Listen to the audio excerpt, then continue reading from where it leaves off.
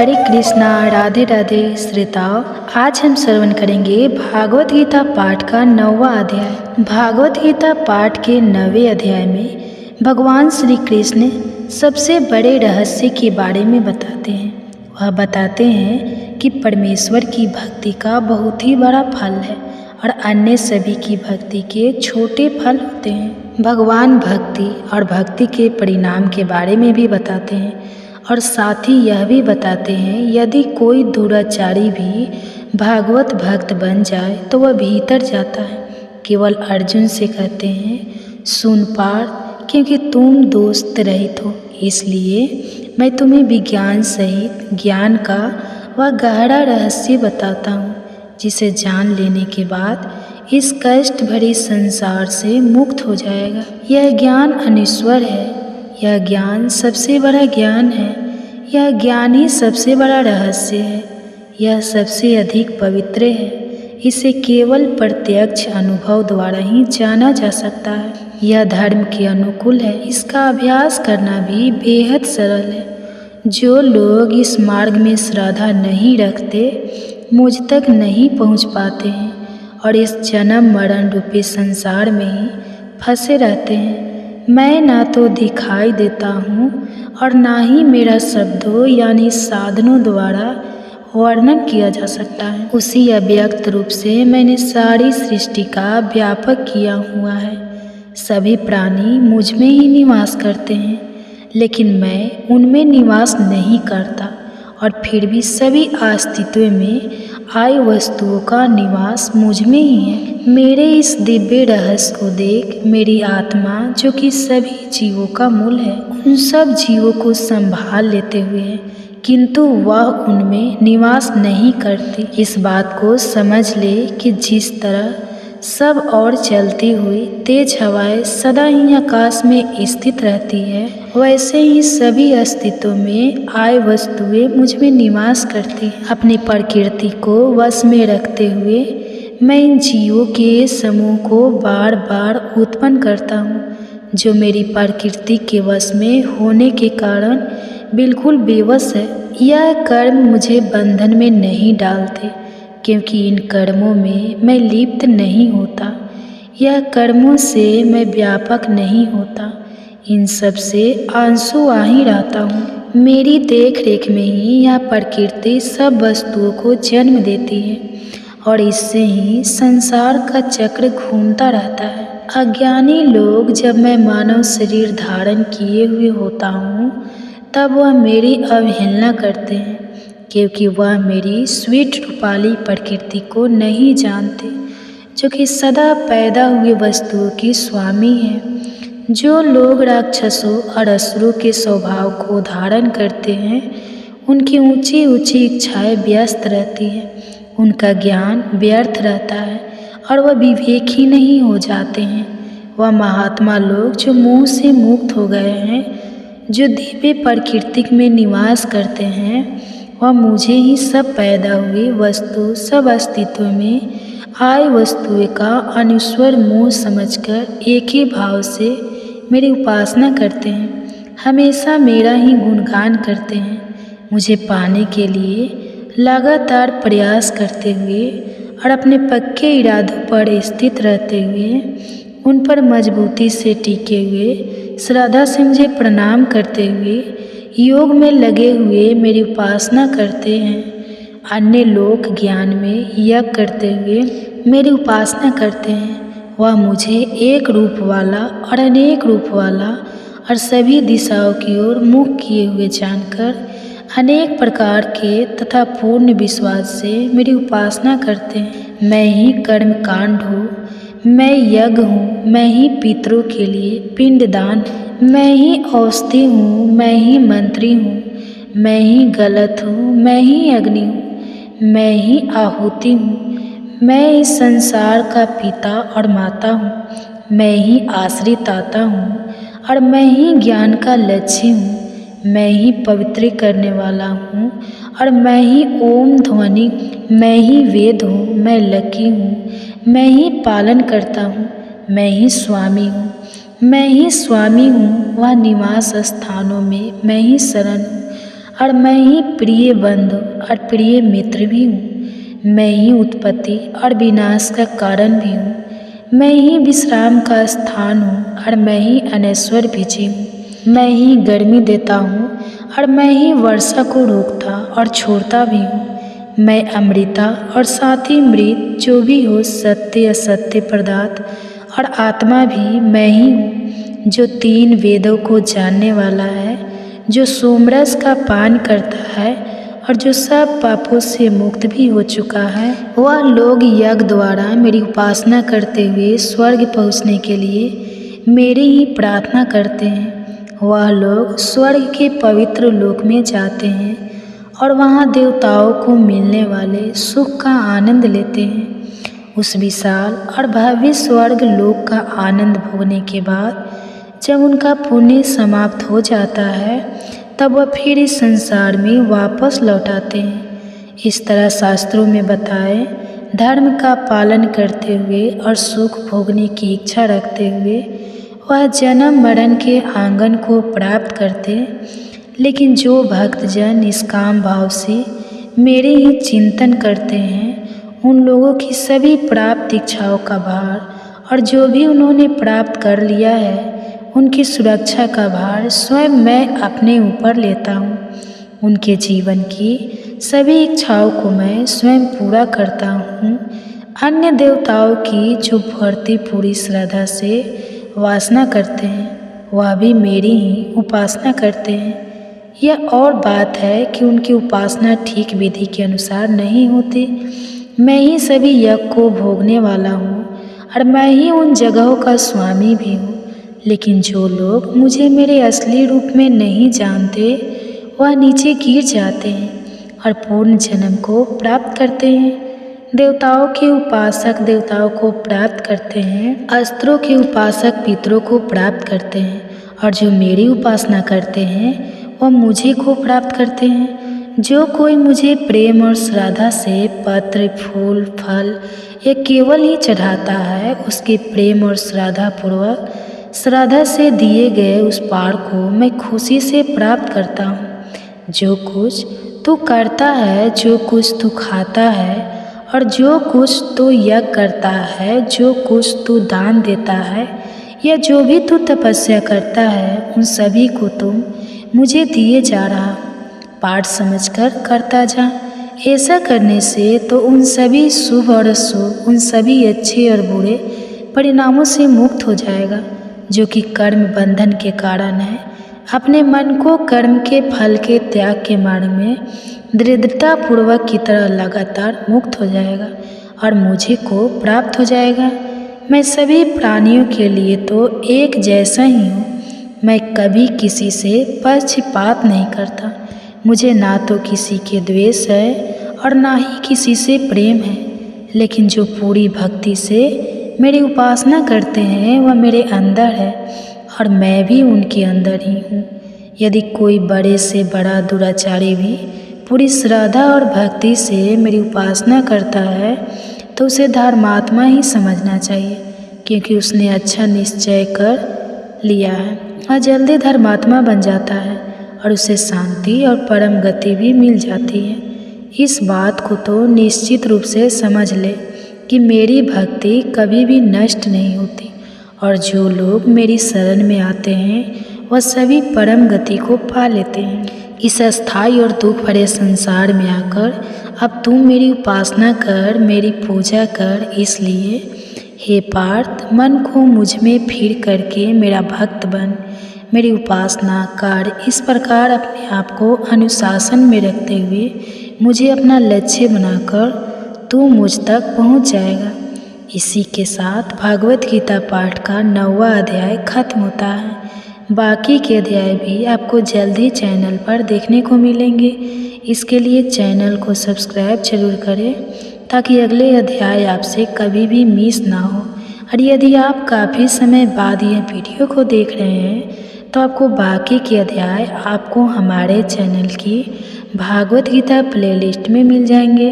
और कमेंट्स में आपको हमारे द्वारा किया गया यह यत्न कैसा लगा, यह ज़रूर बताएं।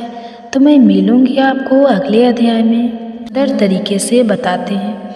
उसे यह भी बताते हैं कि मृत्यु के समय मनुष्य का ध्यान रहता है, मृत्यु के बाद आत्मा पहुँचती है। परम गति से जाने के 2 मार्ग के बारे में बताते हैं और भगवान से पूछते हैं कि शीघ्र किसे कहते हैं तथा और जिस व्यक्ति ने अपने आप को वश में कर लिया है वह मृत्यु के समय तुम्हें परमात्मा भगवान यह प्रश्न सुनकर अर्जुन को समझाते हैं।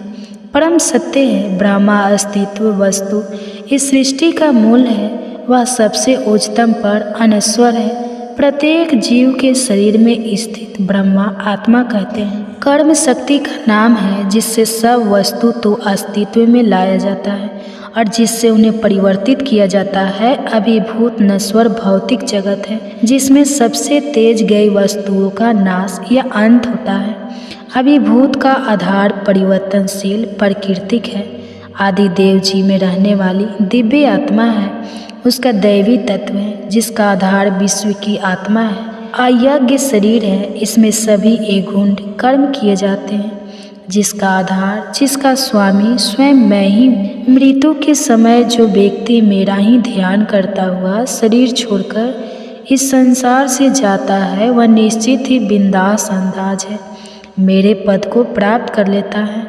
अंतिम समय में मनुष्य जिस भाव का ध्यान करता हुआ शरीर छोड़कर इस संसार से जाता है वह उस भाव के ध्यान से सदा मध्य रहने के कारण उस दशा को ही प्राप्त करता है। इसलिए पालतू सदा मुझे याद करो और युद्ध जब मेरा मन उम्र तेरी बुद्धि दोनों मेरी लगी रहेगी तब निश्चित रूप से बिना संदेह से तो मुझे ही प्राप्त करेगा। जो व्यक्ति लगातार अभ्यास द्वारा रचित को योग में लगाकर उस परम पुरुष अध्ययन करता है और अपने चित्त को कहीं भटकने नहीं देता वह अवश्य ही उस दिव्य पुरुष को प्राप्त कर लेता है। जो व्यक्ति उस सब कुछ जानने वाले परमात्मा का ध्यान करता है जो कि सूक्ष्म से भी सूक्ष्म है और जो सबको धारण करने वाला है, इसके रूप का ध्यान भी नहीं किया जा सकता। जो अंधकार से परे है और जो सूर्य जैसे तेज वाला है, जो व्यक्ति मृत्यु के समय मन को भक्ति और योग पर स्थिर करके अपनी प्राण शक्ति को बालों के बीच अच्छी तरह स्थापित करता है वह दिव्य प्रेम पुरुष यानी मुझे को प्राप्त करता है। शरीर के सभी द्वारों के संयम में रखकर मन को हृदय में रोककर प्राण शक्ति को मस्तक में स्थिर करके और योग द्वारा एकाग्र होकर जो अक्षर ओम जो कि ब्रह्मा ही है उसका उच्चारण करता हुआ मुझे भगवान को याद करता हुआ अपने शरीर को छोड़कर इस संसार से जाता है वह परम गति को प्राप्त कर लेता है। जो मनुष्य किसी भी वस्तु का ध्यान न करता हुआ लगातार मुझे याद करता रहता है वह अनुशासित योगी मुझे आसानी से अब कर लेता है। मुझ तक पहुँचने के बाद उस योगी को परम गति मिल जाती है और इसलिए उसे इस अस्थायी और दुख भरे संसार में फिर कभी जन्म नहीं लेना पड़ता। नीचे लोक से ब्रह्मलोक तक सभी लोग ऐसे ही हैं जिन्हें फिर जन्म लेना पड़ता है, लेकिन उस तक पहुंचने के बाद इसी को फिर से जन्म नहीं लेना पड़ता। जो लोग इस बात को जान लेते हैं कि ब्रह्मा का एक दिन 1000 या लंबा होता है और ब्रह्मा की एक रात 1000 योग लंबी होती है, वह योगी जंगल के तत्व को जान लेते हैं। ब्रह्मा का दिन आरंभ होने पर सारी सृष्टि सभी वस्तुएं मेरी अव्यक्त प्रकृति से प्रकट हो जाते हैं, उससे उत्पन्न होती है और ब्रह्मा का दिन समाप्त होने पर उसकी रात होने पर यही सृष्टि सभी वस्तुएं समेत मेरी उसी व्यक्त प्रकृति में विलीन हो जाती है, उसमें समा जाती है। यह वही बार बार उत्पन्न होने वाली सृष्टि और वस्तुएं मेरी प्रकृति के वश में होने के कारण बिल्कुल पर बस रात होने पर समाप्त हो जाती है और दिन होने पर अपने अपने अस्तित्व में प्रकट हो जाती है।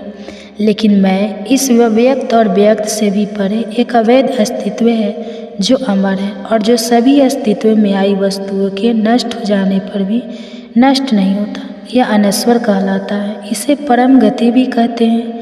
यह अक्षर ही मेरा परम धाम है। जो मेरे इस परम धाम को एक बार पा लेता है वह फिर कभी संसार में वापस नहीं लौटता।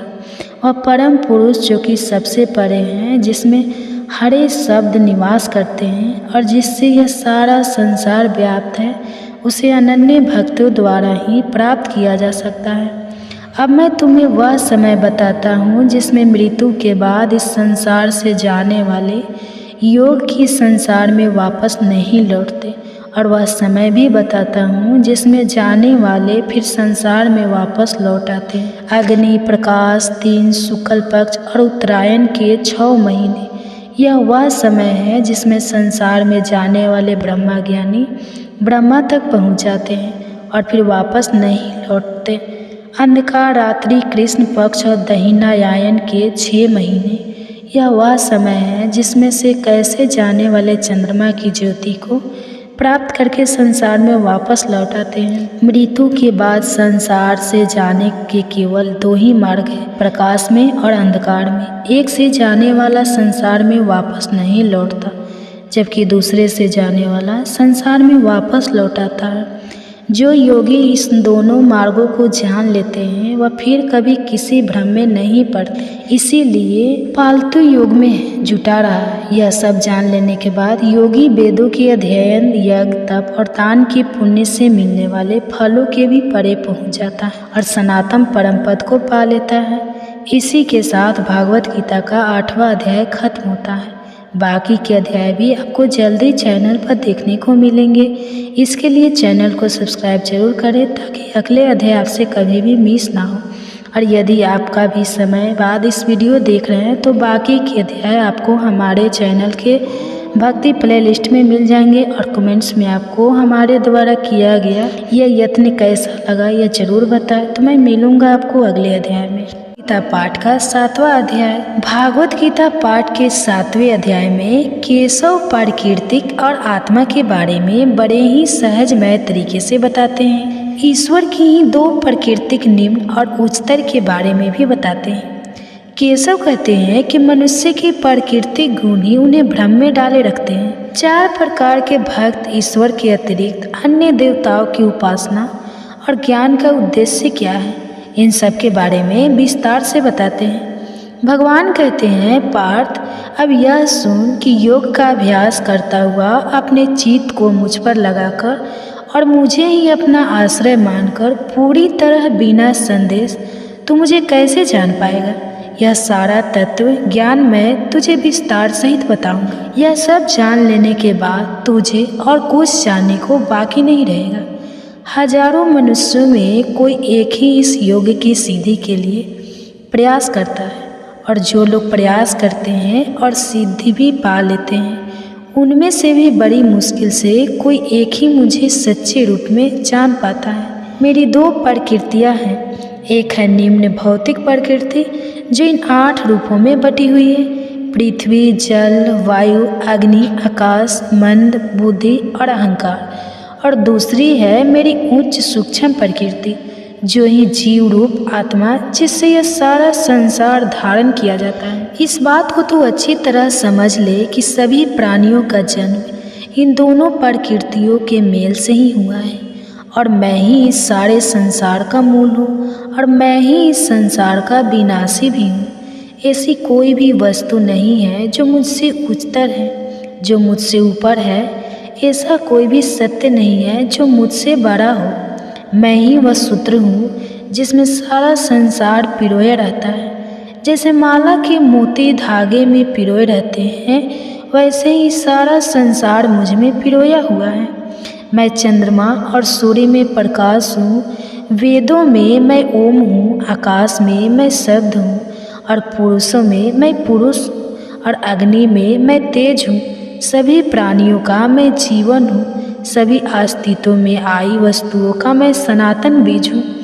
बुद्धि मानो कि मैं बुद्धि हूँ, तेजस्वीन का मैं तेज हूँ, तपस्वी जी प्राणियों में मैं धर्म के अनुकूल रहने वाले मैं लालसा हूँ, और बलवान का मैं इच्छा और द्वेष रहित बल हूँ।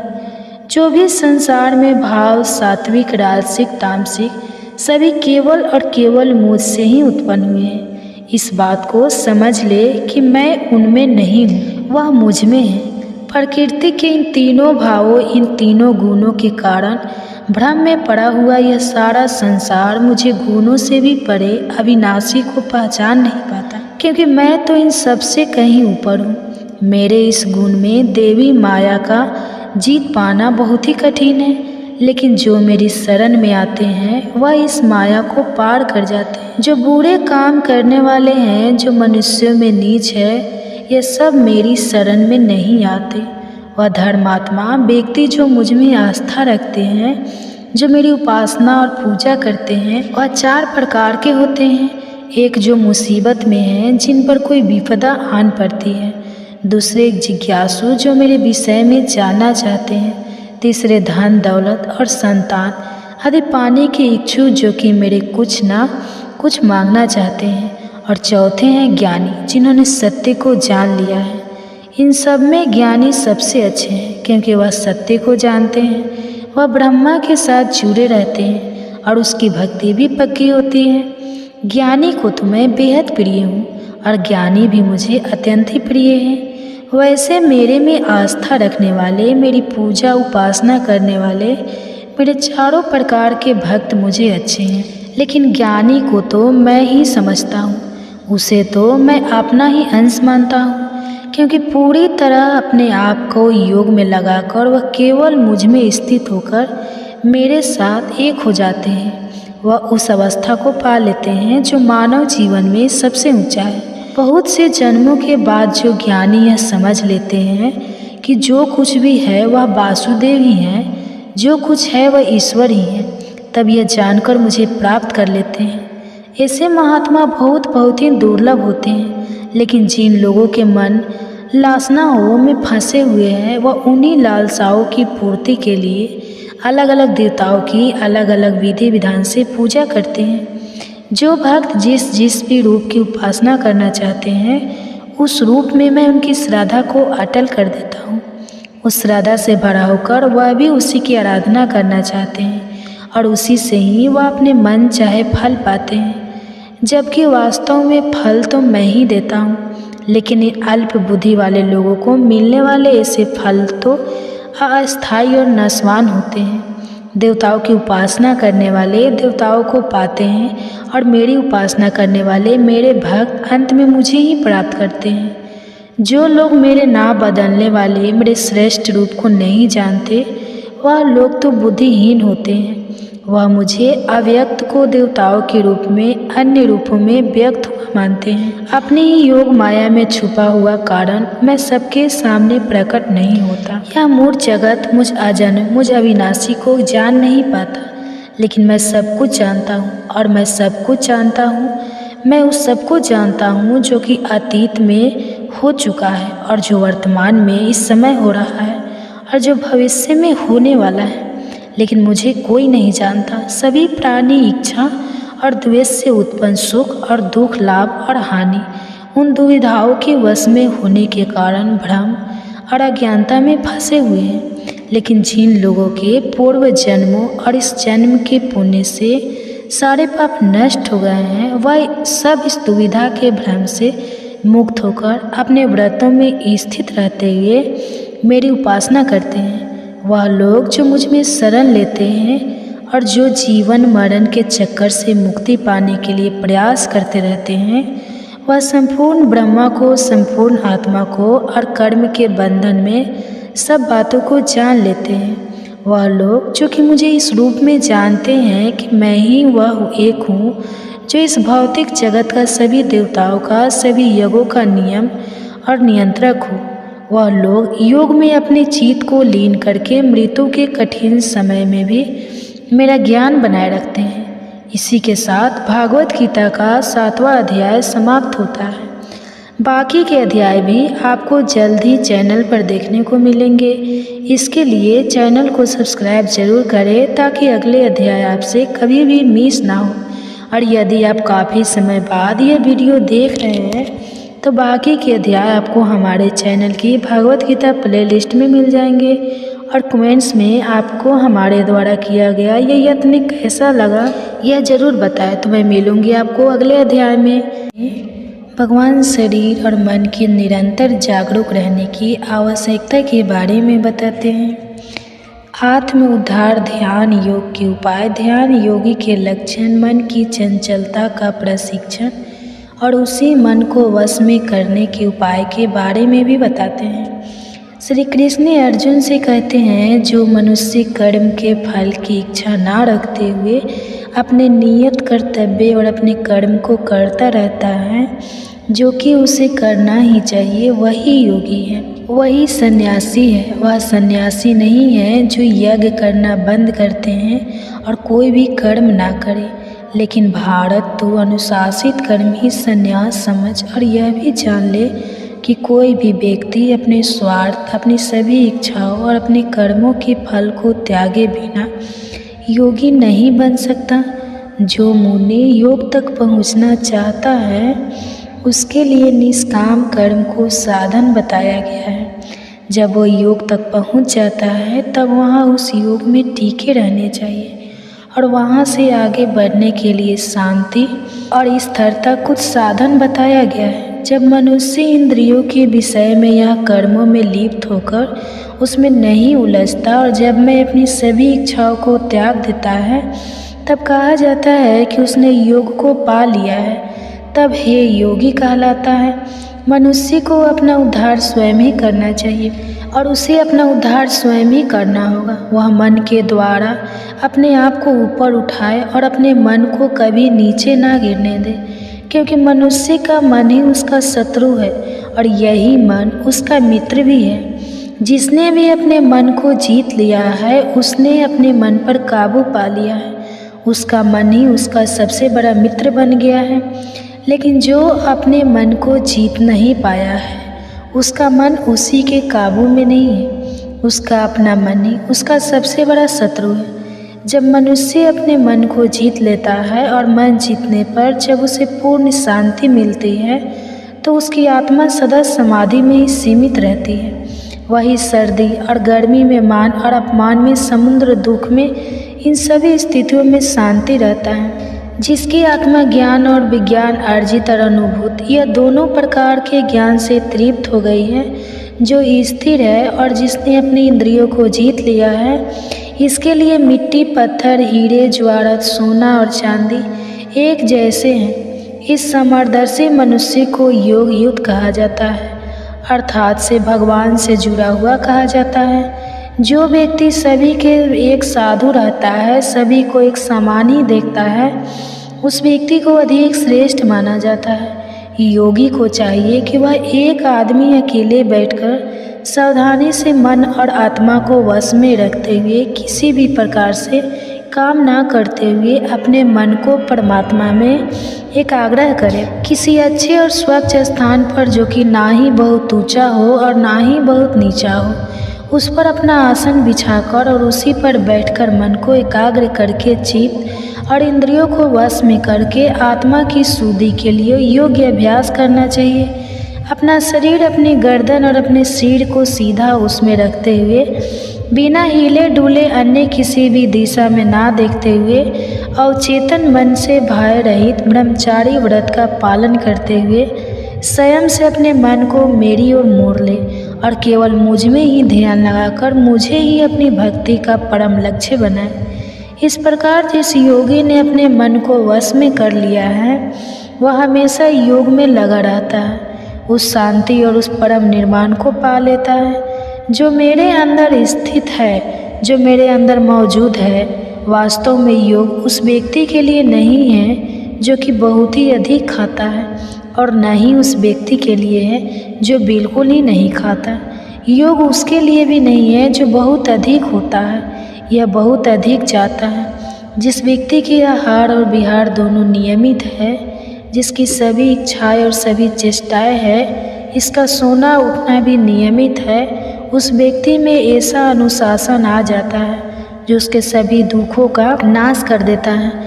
जो व्यक्ति इस चित्र की सभी लालसा को मिटाकर अनुशासित होकर केवल आत्मा में स्थित रहता है, आत्मा की रीतिक जाता है, तब यह योग में लीन कहलाता है। जैसे बिना हवाले स्थान में रखते हुए दीपक किलो स्थिर रहती है, वैसे ही वह योगी भी स्थिर रहता है। जिसने अपने चित्त को वश में कर लिया है और जिसने मन के साथ आत्मा को भी योग द्वारा अनुशासन में रखने का अभ्यास कर लिया है, जब एक आग्रह द्वारा वश में किया हुआ चित्त शांत हो जाता है, तब वह अपनी बुद्धि द्वारा परमात्मा रूपी अपनी आत्मा को देख पाता है और अपनी उसी आत्मा में ही वह आनंद लेता है। वह बुद्धि द्वारा मिलने वाले मन और इंद्रियों से भी परे उस परम आनंद को पा लेता है, जिसमें स्थित होकर जहाँ पहुंचकर वह सीख कभी सत्य से दूर नहीं होता, फिर कभी विचलित नहीं होता। वह दशा को पाकर वह समझता है कि इससे बड़ा और इससे बढ़कर मुझे और कुछ और नहीं मिल सकता, और इसमें स्थित रहने पर वह बड़े से बड़े दुख से भी विचलित नहीं होता, पर बड़े से बड़े दुख से भी नहीं घबराता। उस दशा का नाम है योग, जो बंधन में दुख से बांधे रहते हैं। किलो वनों को काटना ही तो योग कहलाता है। इस योग का अभ्यास दृढ़ संकल्प के इरादे और शांत चित्त से ही किया जाना चाहिए। स्वार्थ भरे संकल्प से उत्पन्न अपनी सभी इच्छाओं को, अपनी पूरी कामनाओं को पूरी तरह त्याग कर सभी इंद्रियों को सभी ओर से मन द्वारा वश में करके अपनी धैर्य वाली बुद्धि से अपने आप को शांत करता जाए और अपने मन को अपनी आत्मा में स्थिर करके धीरे धीरे समाधि अवस्था में प्राप्त करे और अन्य किसी भी वस्तु का ध्यान न करे।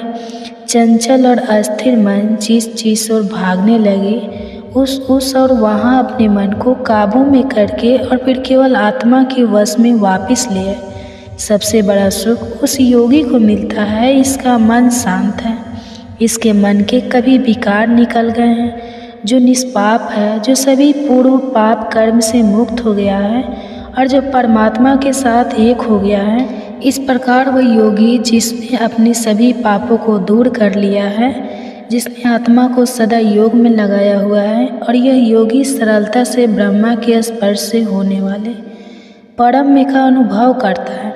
जो व्यक्ति योग नियुक्त हो गया है, जो सबको एक ही नज़र से देखता है, वह सभी प्राणियों में मुझ परमात्मा को निवास करते हुए और मुझ परमात्मा में सभी प्राणियों को निवास करते हुए देखता है।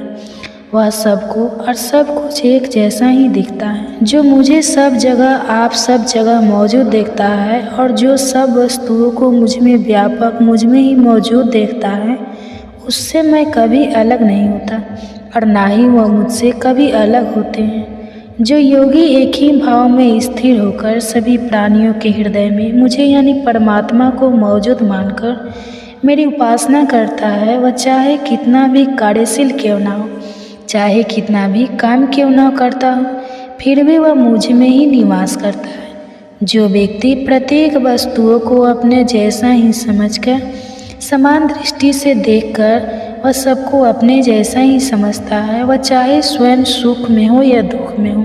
जो दुख को समान भाव से देखता है, जो दुख को एक जैसा ही समझता है, वह पूर्ण योग समझा जाता है।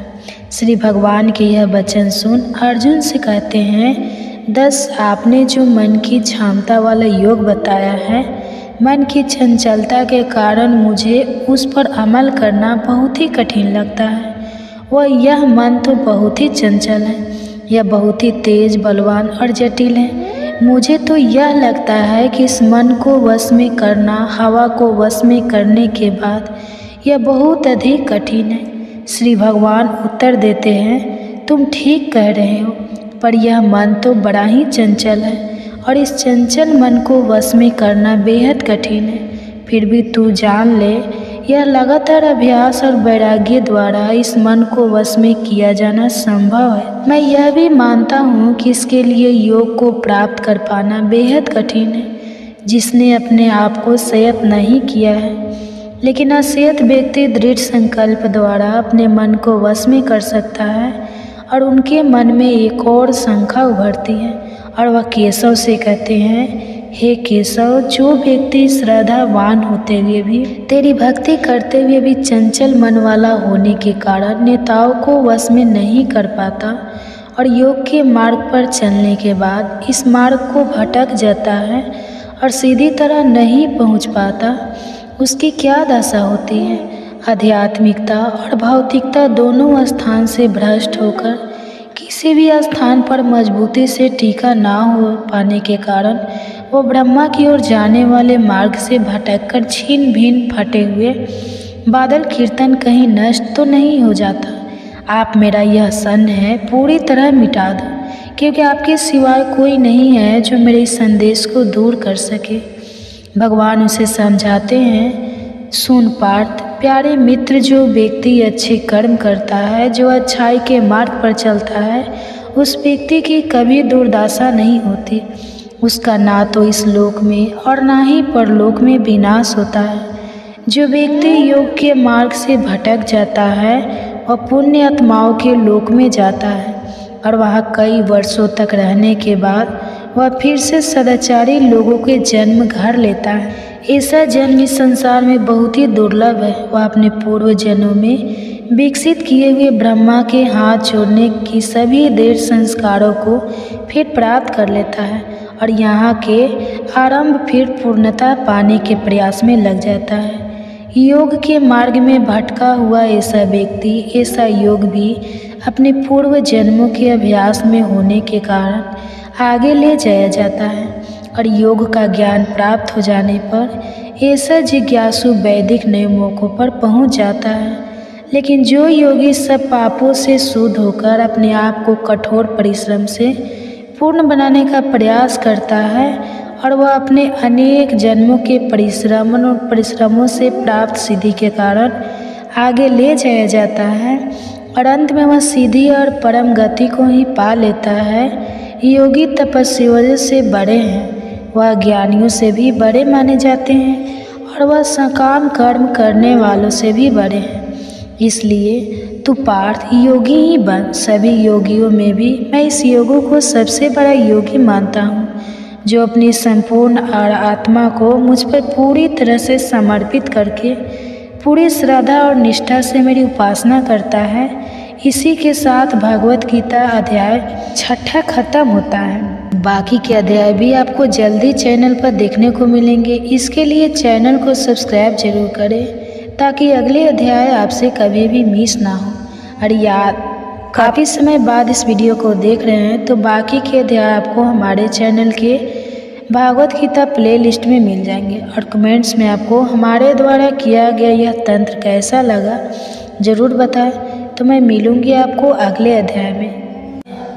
5वें अध्याय में भगवान कर्म फल और त्याग कर्म योगी के लक्षण, कर्म मार्ग और योग त्याग मार्ग और योग, इन सब के बारे में बड़े सुंदर तरीके से बताते हैं। और जो उनके सौ से कहते हैं, केशव पहले आप त्याग की प्रेरणा देते हैं और फिर निस्वार्थ कर्म करने की प्रशंसा करते हैं। अब आप ही मुझे सही बता दें कि दोनों मार्गों में कौन सा मार्ग अधिक अच्छा है। भगवान बड़े ही सीधे तरीके से उत्तर देते हैं, पाठ्य कर्म का संन्यास और कर्म को निस्वार्थ भाव से करना, यह दोनों ही मार्ग आत्मा की मुक्ति की ओर ले जाने वाले हैं। लेकिन इन दोनों मार्गों में से कर्म को त्यागने से कर्म को निस्वार्थ भाव से करना कहीं अधिक अच्छा है। जो व्यक्ति ना तो कर्म के फल की इच्छा करता है और ना ही कर्म के फल से ग्रहण करता है, यह समझना चाहिए कि उसमें सदा संन्यास की भावना भरी हुई है, क्योंकि सभी धंधों और सभी प्रकार की दोनों से मुक्ति होने के कारण वह संसार बंधन सरलता और आसानी से टूट जाता है। संन्यास और कर्म करने को अलग अलग यानी बताते हैं, बल्कि पंडित यह नहीं बताते तो कोई भी इनमें से किसी एक में भी अच्छी तरह से जुड़ जाता है। वह दोनों ही मार्गों का फल पाने का हकदार है। वह यह फल उसे मिलता भी है। कर्म का त्याग करने वाले जिस पद तक पहुँचते हैं, जिस स्थिति तक पहुँचते हैं, कर्म करने वाले भी उसी पद, उसी स्थिति तक पहुँच जाते हैं। जो कोई भी इस बात को समझ लेता है कि संन्यास और कर्म के मार्ग एक ही हैं, वह सही समझता है। लेकिन संन्यास को योग के बिना प्राप्त कर पाना बेहद कठिन है। यह बिल्कुल घास के ढेर से सुई खोजने जितना कठिन है। जो मुनि योग में निष्ठापूर्वक लगा हुआ है वह शीघ्र ही ब्रह्मा को पा लेता है। कर्म करता हुआ कि वह मनुष्य कर्म में लिप्त नहीं होता, कर्म में नहीं उलझता। और जो कर्म के मार्ग में कुशल है उसकी आत्मा पवित्र है।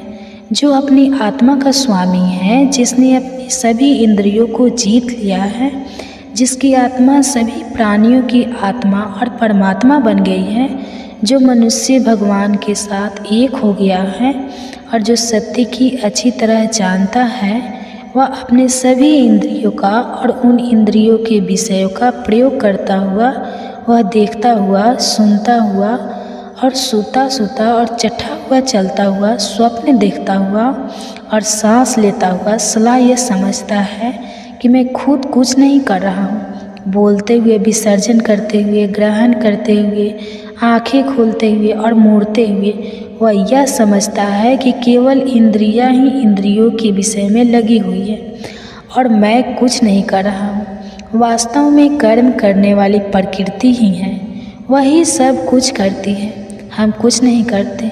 जो व्यक्ति लगा और आसक्ति को त्याग कर अपने कर्मों को ब्रह्म को समर्पित करके कर्म करता है, आप उसमें वैसे ही नहीं ठहरता जैसे पानी कमल के पत्ते पर नहीं ठहरता। योगी लोग आसक्ति को त्याग कर आत्मा की शुद्धि के लिए केवल शरीर, केवल मन थी या फिर केवल अपने इंद्रियों द्वारा एक कर्म करते हैं। योग में लगी हुई आत्मा कर्म के फल में आ सकती है, अर्थात लगाव को त्याग कर सदा ही रहने वाली शांति को प्राप्त करती है। लेकिन जिनकी आत्मा ब्रह्मा से अलग है, जो ब्रह्मा के साथ एक नहीं हुई है, वह इच्छा द्वारा प्रेरित रहते हैं और कर्म के फल पर उनका लगा फिर आता है और इसी कारण वह बंधन में सदा ही बने रहते हैं।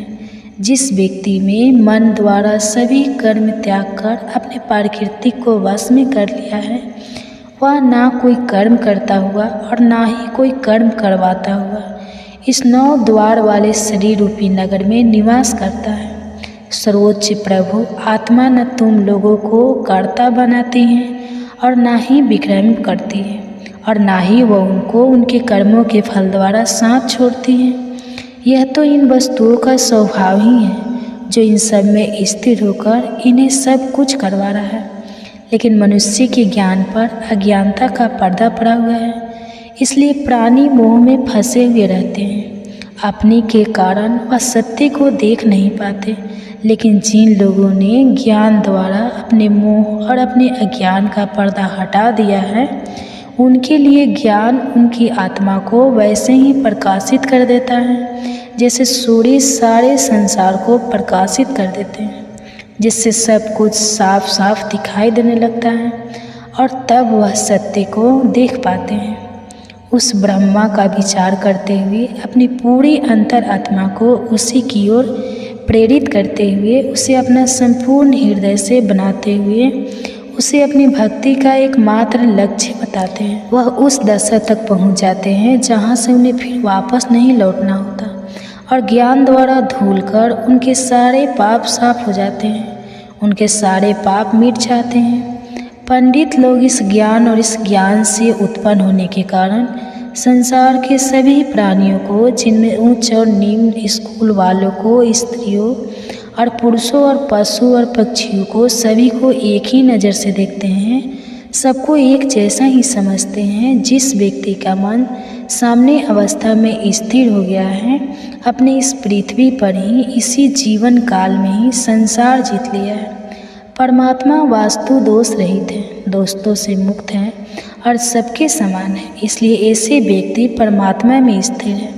मनुष्य को चाहिए कि वह अच्छा होने पर या अच्छी वस्तु प्राप्त होने पर आनंद न मनाए और कुछ बुरा होने पर भी उसे दुखी नहीं होना चाहिए।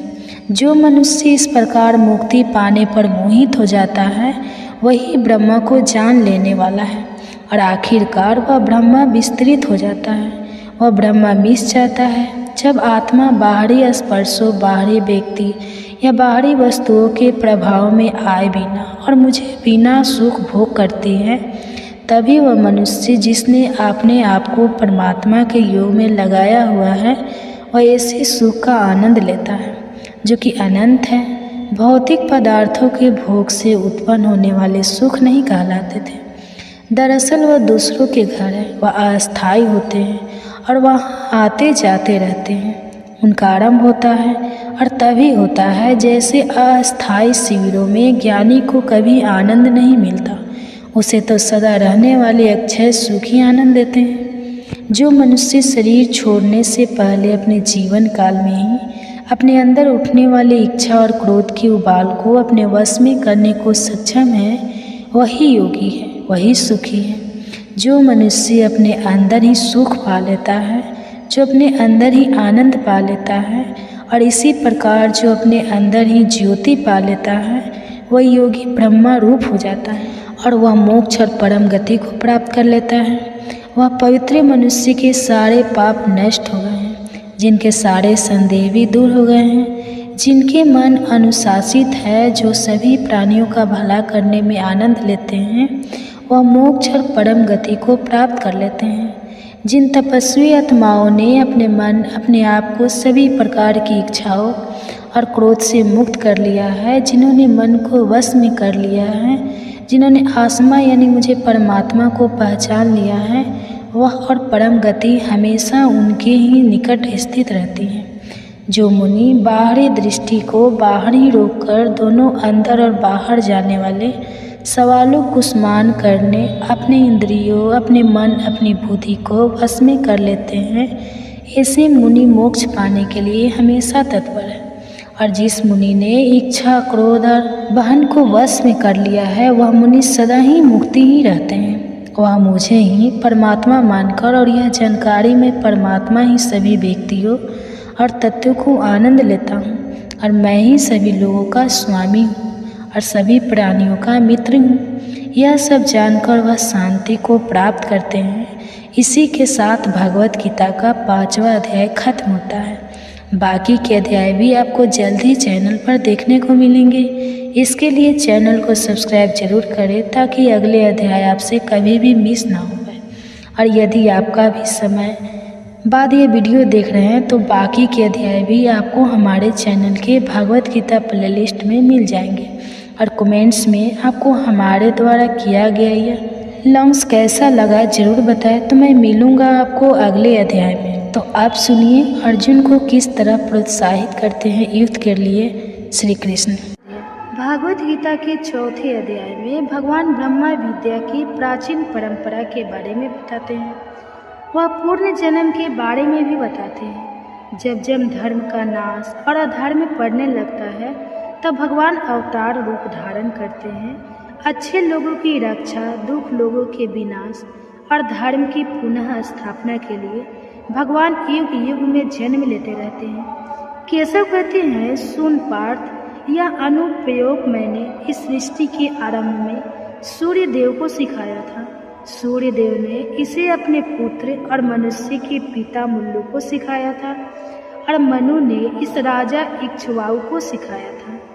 इस प्रकार इस परंपरागत योग को राज ऋषियों ने एक दूसरे से सीखा था और अंत में बहुत समय और कई युग बीत जाने पर लोग इस योग को भूल गए हैं और यह योग इस दृष्टि से लुप्त हो गया है।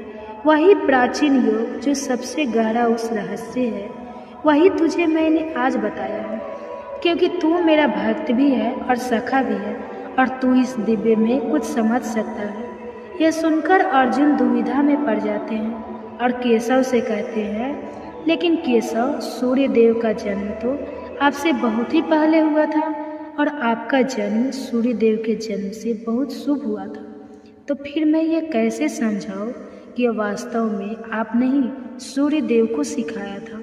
श्री भगवान अर्जुन को समझाते हैं, सुन पार्थ, तेरे और मेरे इससे पहले भी बहुत से जन्म हो चुके हैं।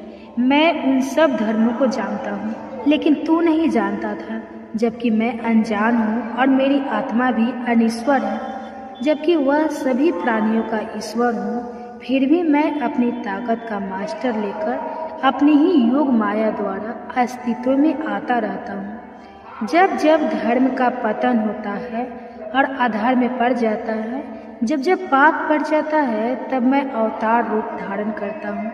अच्छे लोगों की रक्षा, बूढ़े लोगों के विनाश और धर्म की स्थापना के लिए युग युग में जन्म लेता रहता हूँ। जो व्यक्ति मेरे त्रियुग जन्मों और कर्मों को सच्चे प्रकार से जान लेता है, वह शरीर छोड़ने के बाद कभी भी जुर्म नहीं लेता, बल्कि वह मेरे पास चला आता है। इच्छा, आप, भय और क्रोध से छूटकर मुझ में पूरी तरह लिप्त होकर मेरी शरण में आकर ज्ञान की तपस्या से पवित्र हुए। ऐसे बहुत से लोगों ने मेरी स्थिति पाली है। जो कुछ भी मैं हूँ वह भी वही बन गए। लोग जिस प्रकार मेरे पास आते हैं मैं उन्हें उसी प्रकार अपनाता हूँ। सभी मनुष्य मेरे ही मार्ग पर चलते हैं। जो लोग अपने कर्मों का फल इसी जीवन काल में पृथ्वी पर चाहते हैं वह देवताओं की उपासना करते हैं, क्योंकि मनुष्य के संसार में कर्मों द्वारा उत्पन्न होने वाले फल बहुत ही जल्दी मिल जाते हैं। मैं ना ही कोई कर्म करता हूँ और ना ही मुझ में कोई परिवर्तन होता, क्योंकि मैं अकृता और अविनाशी हूँ। कर्म मुझे दूषित नहीं करते, कर्म मुझसे लिप्त नहीं होते और ना ही किसी भी कर्म के फल के प्रति मेरी कोई इच्छा है। जो कोई भी मुझे इस रूप में जान लेते हैं वह कर्म करता हुआ भी उस कर्म के बंधन में नहीं बंधता। प्राचीन काल में मोक्ष चाहने वाले लोगों ने भी ऐसा ही किया था। यह सब जानते हैं, निष्काम कर्म किया था। इसलिए जैसे प्राचीन काल में लोगों ने निष्काम कर्म किया था, उन्हीं की तरह तू भी वैसा ही कर्म कर। विक्रम क्या है, अक्रम क्या है, क्या करना उचित है, क्या करना अनुचित है, कर्म का त्याग किया है। इस हमने तो बड़े बड़े ज्ञानियों को भी भ्रम में डाल दिया है। वह भी इसे ठीक तरह से समझ नहीं पाए। लेकिन मैं तुझे बताऊंगा कि कर्म क्या है। इसे जानकर तू सब दोषों से मुक्त हो जाएगा। अपना नियत कर्म शास्त्रों में बताया गया कर्म यही उचित कर्म है, यही करने योग्य कर्म है। मनुष्य को इन सब को अच्छी तरह से समझ लेना चाहिए।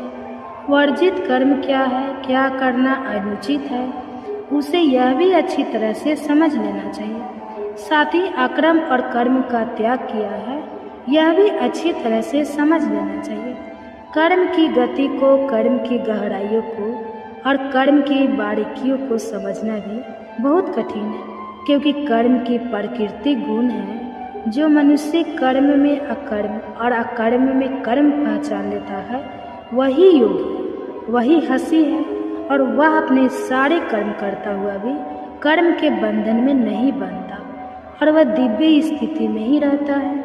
जिस मनुष्य के सभी कर्म उस कर्म के फल की इच्छा के संकल्प से मुक्त हो गए हैं, जिसके सभी कर्म ज्ञान की आग में भस्म हो गए हैं, इस मनुष्य को ज्ञानी लोग पंडित कहते हैं।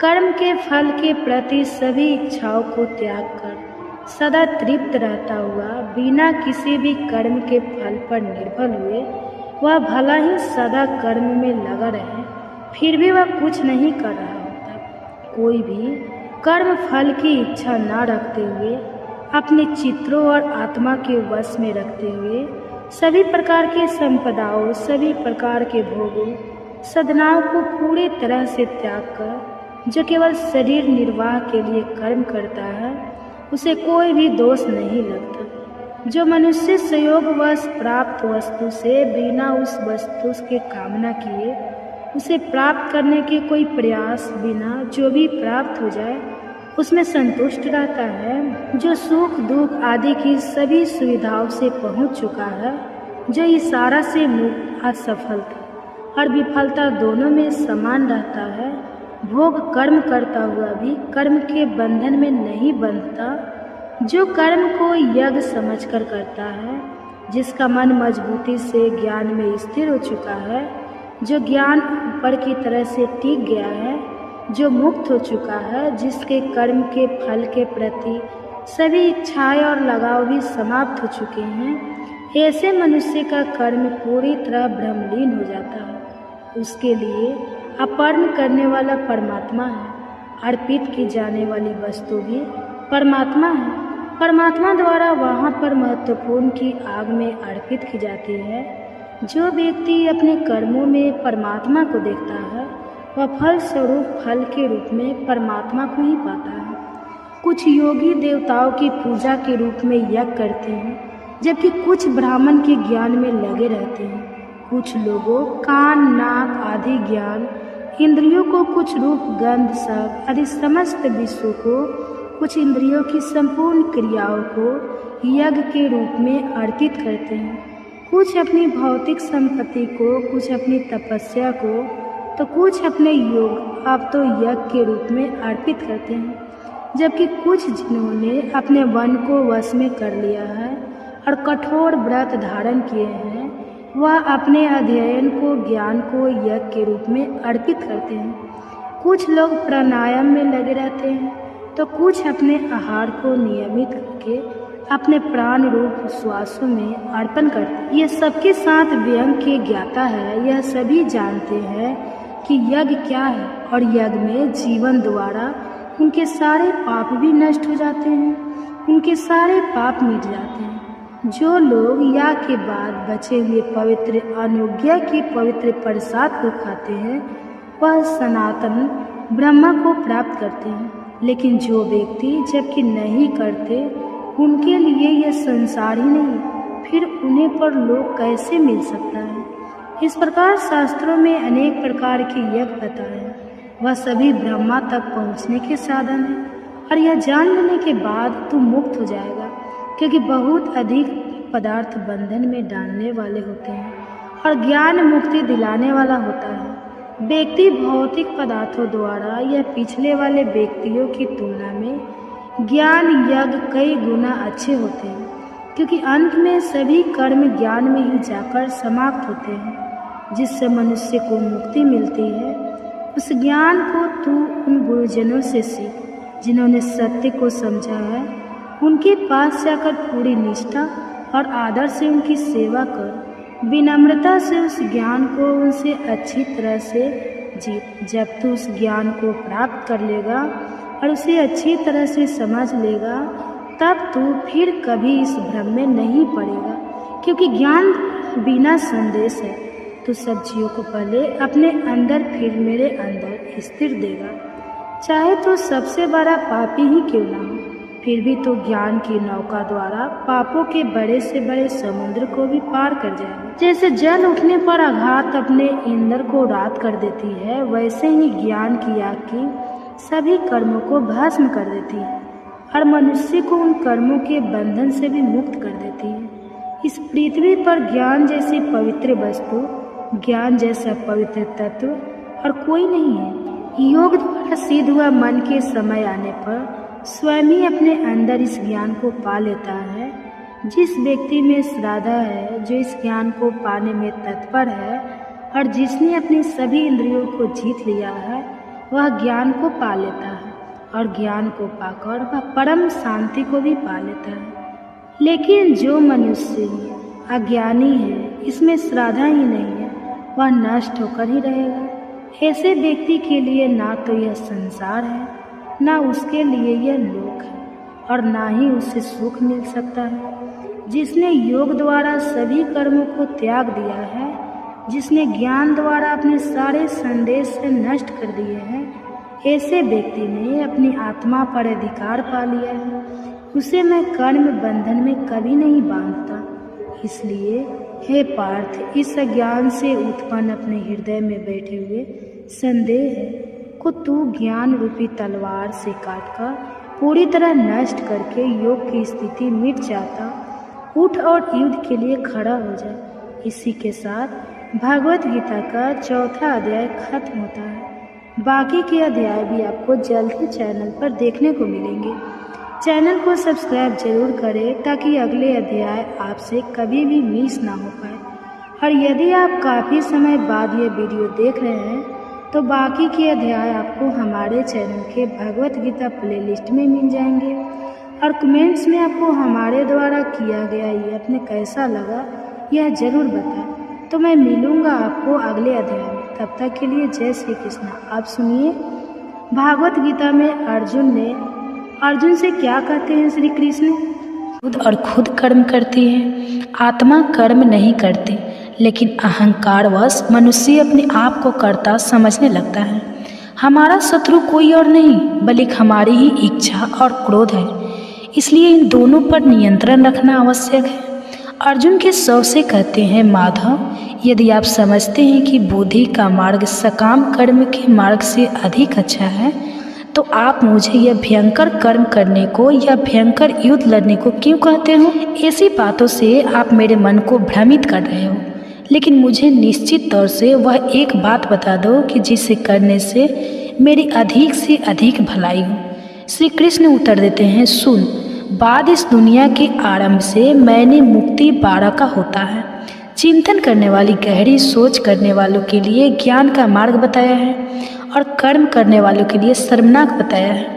कर्म से बचने से या तो कर्म को ना करने से कोई व्यक्ति कर्म से मुक्ति नहीं पा सकता और ना ही कर्म के त्याग से उसे कभी सिद्धि मिल सकती है, क्योंकि कोई भी व्यक्ति क्षण भर के लिए भी कर्म किए बिना नहीं रह सकता। प्रत्येक व्यक्ति को प्रकृति से उत्पन्न अपने गुणों के कारण मजबूर होकर कर्म करना ही पड़ता है। जो लोग अपने कर्म इंद्रियों को ऊपर से जो जबरदस्ती रोक लेते हैं, लेकिन अपने मन में इन्हें इंद्रियों के विषय के बारे में सोचते रहते हैं, ऐसे लोग भटकते हुए वह खुद को धोखा दे रहे हैं। उनका यह आचरण बस एक झूठी है।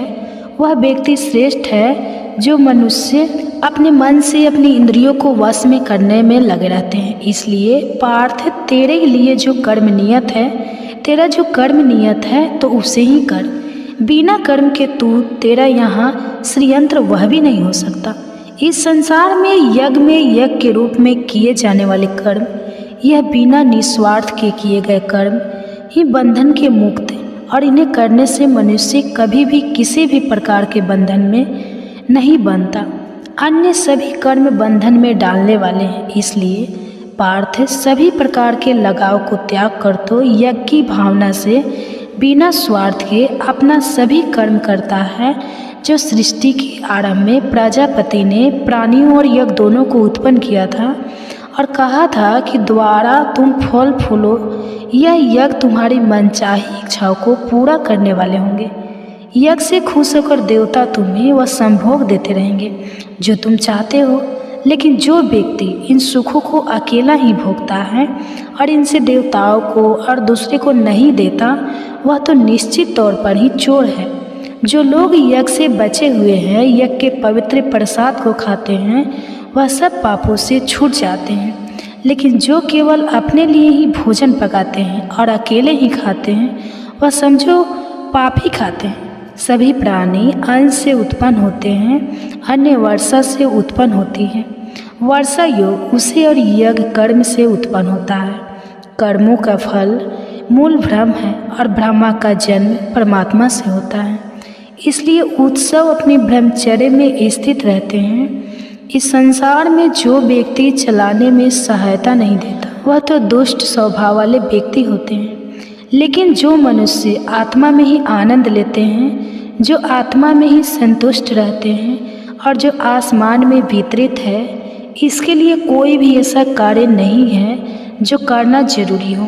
इस संसार में ऐसे व्यक्ति के लिए कोई भी चीज़ ऐसी कुछ भी नहीं रहती जो इसके द्वारा किए गए कर्मों से प्राप्त होनी हो या फिर उन कर्मों द्वारा प्राप्त होना हो। तो हो ना हो, जो उसने यह नहीं हो, वह किसी भी प्राणी पर अपने स्वार्थ के लिए निर्भर नहीं रहता। इसलिए बात तो हमेशा बिना लगा निस्वार्थ भाव से कर्म करता है और कर्म करते जाओ, क्योंकि बिना लगा बिना स्वार्थ करता हुआ मनुष्य ही भगवान को प्राप्त होता है। क्योंकि लगाव नहीं करना चाहिए मनुष्य को। अज्ञानी भी ऐसा ही निस्वार्थ कार्य करे, परम गति तक पहुँचते हैं। तो मैं भी उन्हीं की तरह निस्वार्थ कर्म करते रहना चाहिए। और वैसे भी जन कल्याण और संसार की व्यवस्था बनाए रखने के उद्देश्य से भी तुझे कर्म करना चाहिए कि लोग जैसा आचरण करते हैं, आम लोग भी वैसा ही करने लगते हैं। वह जैसे आदर्श पेश करते हैं, जनसाधारण उसी का अनुसरण करते हैं। अब तो मुझे ही देख, बाद 3 लोकों में ऐसा कोई कर्म नहीं है जो करना जरूरी हो, और न ही ऐसी कोई वस्तु है जो मुझे प्राप्त ना हो या मुझे प्राप्त करनी हो। फिर भी मैं कर्म करने में लगा ही रहता हूँ, क्योंकि यदि मैं निस्वार्थ सावधान होकर कर्म गुरु और कर्म करना छोड़ दूँ, तो जो कि लोग मेरे ही मार्ग पर चलते हैं, तो वह लोग भी कम कर्म करना छोड़ देंगे और जब लोग कर्म करना छोड़ देंगे तो संसार में अराजकता फैल जाएगी। यह संसार ही नष्ट हो जाएगा और मैं खुद ही समस्त प्रजा के विनाश का कारण बन जाऊंगा। ऐसा कभी ना हो, इसलिए मैं हमेशा ही कर्म करने में लगा रहता हूँ। होनी को चाहिए कि वह सकता आम कर्म में लिप्त अज्ञानी व्यक्ति के मन को विचलित ना करे। योग की भावना से कर्म करने वाले को चाहिए कि वह दूसरों को भी वैसा ही निष्काम कर्म के मार्ग पर लगाए। समझ ले कि हमारे सभी कर्म प्रकृति के गुणों द्वारा ही किए जा रहे हैं, परंतु जिस मनुष्य का मन अहंकार से भरा हुआ है वह उस अहंकार के वश में होने के कारण खुद को कर्ता समझने लगता है। स्वयं वही, लेकिन कर्ता जो प्राकृतिक है, परंतु जो व्यक्ति प्रकृति के गुणों और उन गुणों के कार्य क्षेत्र के भूत के सत्य को समझ लेता है और साथ में जो यह भी समझ लेता है कि प्रकृति के गुण ही अपने अपने कार्य क्षेत्र में काम करते रहते हैं, तो कर्म गुण इंद्रियों के विषय में भी कर्म करते रहते हैं, तब यह जाना आसक्ति नहीं होती। लेकिन जो व्यक्ति अपने प्राकृतिक गुणों की इन क्रियाओं से भ्रमित हो जाते हैं वही इन क्रियाओं में आसक्त हो जाते हैं और उनमें ही उन्नत जाते हैं, उन्हें बंध जाते हैं और बुरी तरह से उलझ जाते हैं। सच्चे और पूर्ण ज्ञान को जानने वाले व्यक्ति को उन्हें मूढ़ और अज्ञानी व्यक्ति के मन को विचलित नहीं करना चाहिए, जिनका ज्ञान अधूरा है और जो केवल थोड़ा सा ही जानते हैं। इसलिए हे पार्थ, अपने सभी कर्मों को पूरी तरह अपहरण करके अपनी चेतना को आत्मा में स्थिर करके अपनी सभी इच्छाओं को, अपने सभी अहंकार को भी मिटा दे और अपने इस मानसिक बुखार, इस संकोच को छोड़कर तो युद्ध कर। जो लोग पूरी श्रद्धा से मेरे उपदेश का पालन करते हैं वह कर्मों के सभी बंधनों से छूट जाते हैं। कि जो लोग ईर्ष्या के कारण मेरे इस उपदेश का तिरस्कार करते हैं, जो उसने गलतियां निकालते हैं और इसका पालन नहीं करते, वह लोग वास्तव में संपूर्ण ज्ञान के प्रति मूर्ख होते हैं और वह नष्ट होकर ही रहेंगे। यानी समेत सभी प्राणी अपनी अपनी प्रकृति, अपने अपने स्वभाव के अनुसार ही आचरण करते हैं। इससे कोई भी बच नहीं सकता। प्रकृति को रोकना, इसको जबरदस्ती बदलने की कोशिश करने से कोई फायदा ही नहीं हो सकता। ऐसा करना व्यर्थ है। अधूरी तरह से यह दोषपूर्ण तरीके से पालन किया गया अपना प्राकृतिक, अपना स्वाभाविक धर्म पूरी तरह से पालन किए जाने वाले प्राणी धर्म के दूसरे के स्वभाव वाले धर्म से अधिक अच्छा है। अपने धर्म का पालन करते हुए मृत्यु भी हो जाए तो वह भी पढ़ाई धर्म में जीवित रहने से कई गुना ज़्यादा अच्छा है, क्योंकि दूसरे के स्वभाव अनुसार चलने से बहुत ही खतरे होते हैं और वह बहुत ही वह देने वाले होते हैं। यह सब सुनकर अर्जुन केशव से पूछते हैं, लेकिन केशव वो क्या है जिसे मनुष्य ना चाहते हुए भी पाप करता है, जैसे उससे कोई ज़बरदस्ती पाप करवा रहा हो। श्री भगवान उत्तर देते हैं, भोग है, इच्छा और क्रोध, यह दोनों ही पाप से भरे हुए हैं और सब कुछ ही खा जाने वाले हैं, सब कुछ निगल जाने वाले हैं। इस संसार में तुम इनको को अपना दुश्मन और शत्रु समझो। जैसे आगे से लगी रहती है, जैसे दर्पण दूर छिटक जाते हैं, वैसे ही मनुष्य का विवेक और ज्ञान इस इच्छा से घिरा हुआ है। मनुष्य की चेतना और इसका ज्ञान दोनों ही उस नित्य शत्रु, कभी न तृप्त होने वाली अग्नि के सामने इच्छा से ढके रहते हैं, जिसके कारण वह हमेशा ही और संतुष्टि रहते हैं। इंद्रिया, मन और बुद्धि इस इच्छा के रहने के स्थान है। इसमें रहकर वही इच्छा मनुष्य के ज्ञान को ढूंढती है और उसे मोहित कर सके मार्ग से भटका देती है। इसलिए हे पार्थ, दुश्मनों से ही इन इंद्रियों को अपने वश में रख और ज्ञान और विवेक से इस पापी विनाशक को दृढ़ता से मार डाल सकते हैं। इंद्रिय शरीर से बड़ी है, मन इंद्रियों से भी बड़ा है, बुद्धि मन से भी बड़ी है और बुद्धि से भी बलवान और बड़ी है आत्मा। और इस प्रकार जब बुद्धि से बड़ी और बलवान है तो उस आत्मा को जानकर तू अपने मन को इसमें करके तो इस आत्मा को उस परमात्मा में स्थिर करके इस इच्छा रूपी, इस काम रूपी शत्रु को मार डाल। जिस शत्रु तक पहुंचना भी तुम बहुत अधिक कठिन है, उसी के साथ भगवत गीता का 3रा अध्याय खत्म होता है। बाकी के अध्याय भी आपको जल्दी चैनल पर देखने को मिलेंगे। इसके लिए चैनल को सब्सक्राइब जरूर करें, अगले अध्याय आप कभी भी मिस ना कर पाए। और यदि आप काफ़ी समय बाद इस वीडियो को देख रहे हैं तो बाकी के अध्याय आपको हमारे चैनल की भागवत गीता प्लेलिस्ट में मिल जाएंगे। और कमेंट्स में आपको हमारे द्वारा किया गया यह बात कैसा लगा यह जरूर बताएं, तो मैं मिलूंगी आपको अगले अध्याय में। तो आप सुनिए अर्जुन को युद्ध के लिए कैसे प्रोत्साहित करते हैं श्री कृष्ण। अध्याय में श्री कृष्ण अर्जुन को कर्म का महत्व समझाते हैं और कर्म के परिणाम और कर्मों के फलों के प्रति कोई भी लगाव या इच्छा न रहने के बारे में बताते हैं। वह कहते हैं कि आत्मा में ही संतुष्ट रहो। प्रकृति खुद और खुद कर्म करती है, आत्मा कर्म नहीं करती, लेकिन अहंकारवश मनुष्य अपने आप को कर्ता समझने लगता है। हमारा शत्रु कोई और नहीं बल्कि हमारी ही इच्छा और क्रोध है, इसलिए इन दोनों पर नियंत्रण रखना आवश्यक है। अर्जुन के शव से कहते हैं, माधव, यदि आप समझते हैं कि बुद्धि का मार्ग सकाम कर्म के मार्ग से अधिक अच्छा है, तो आप मुझे यह भयंकर कर्म करने को या भयंकर युद्ध लड़ने को क्यों कहते हो? ऐसी बातों से आप मेरे मन को भ्रमित कर रहे हो, लेकिन मुझे निश्चित तौर से वह एक बात बता दो कि जिसे करने से मेरी अधिक से अधिक भलाई हो। श्री कृष्ण उत्तर देते हैं, सुन, बाद इस दुनिया के आरंभ से मैंने मुक्ति 12 का होता है। चिंतन करने वाली गहरी सोच करने वालों के लिए ज्ञान का मार्ग बताया है और कर्म करने वालों के लिए शर्मनाक बताया है। कर्म से बचने से या तो कर्म को ना करने से कोई व्यक्ति कर्म से मुक्ति नहीं पा सकता और ना ही कर्म के त्याग से उसे कभी सिद्धि मिल सकती है, क्योंकि कोई भी व्यक्ति क्षण भर के लिए भी कर्म किए बिना नहीं रह सकता। प्रत्येक व्यक्ति को प्रकृति से उत्पन्न अपने गुणों के कारण मजबूर होकर कर्म करना ही पड़ता है। जो लोग अपने कर्म इंद्रियों को ऊपर से जो जबरदस्ती रोक लेते हैं, लेकिन अपने मन में इन्हें इंद्रियों के विषय के बारे में सोचते रहते हैं, ऐसे लोग भटकते हुए वह खुद को धोखा दे रहे हैं। उनका यह आचरण बस एक झूठी है।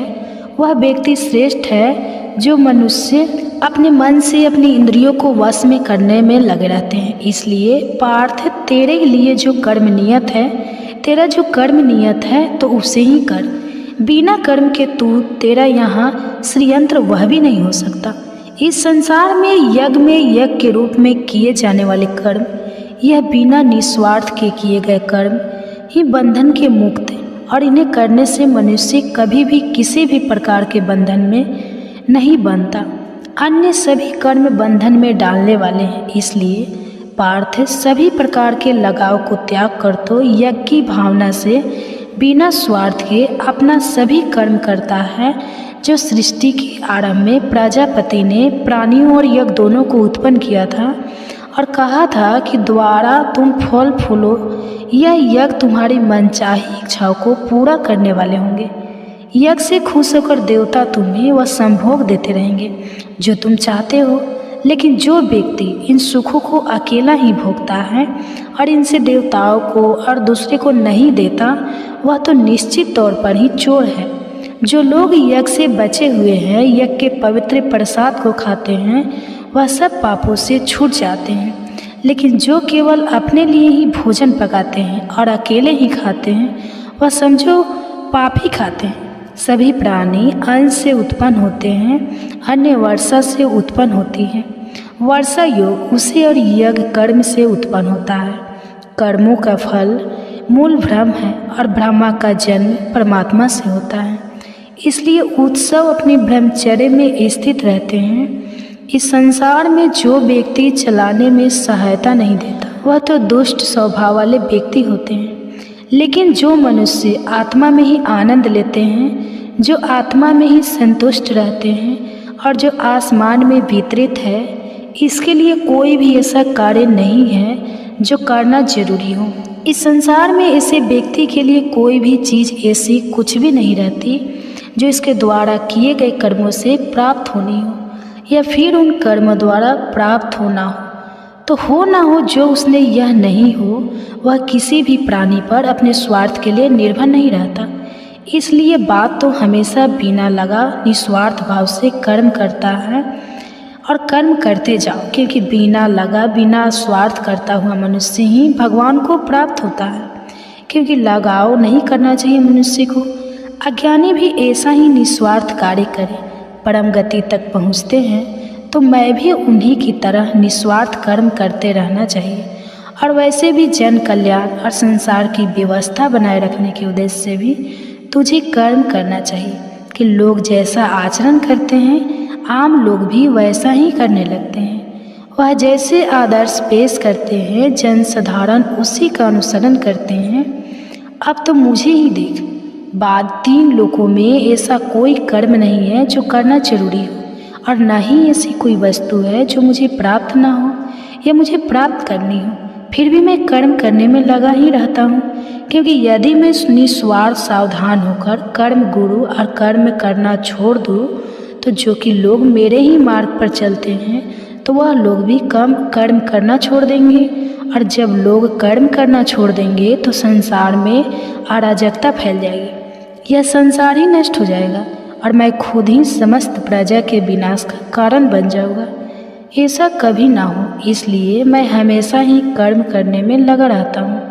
होनी को चाहिए कि वह सत्ता आम कर्म में लिप्त अज्ञानी व्यक्ति के मन को विचलित ना करे। योग की भावना से कर्म करने वाले को चाहिए कि वह दूसरों को भी वैसा ही निष्काम कर्म के मार्ग पर लगाए।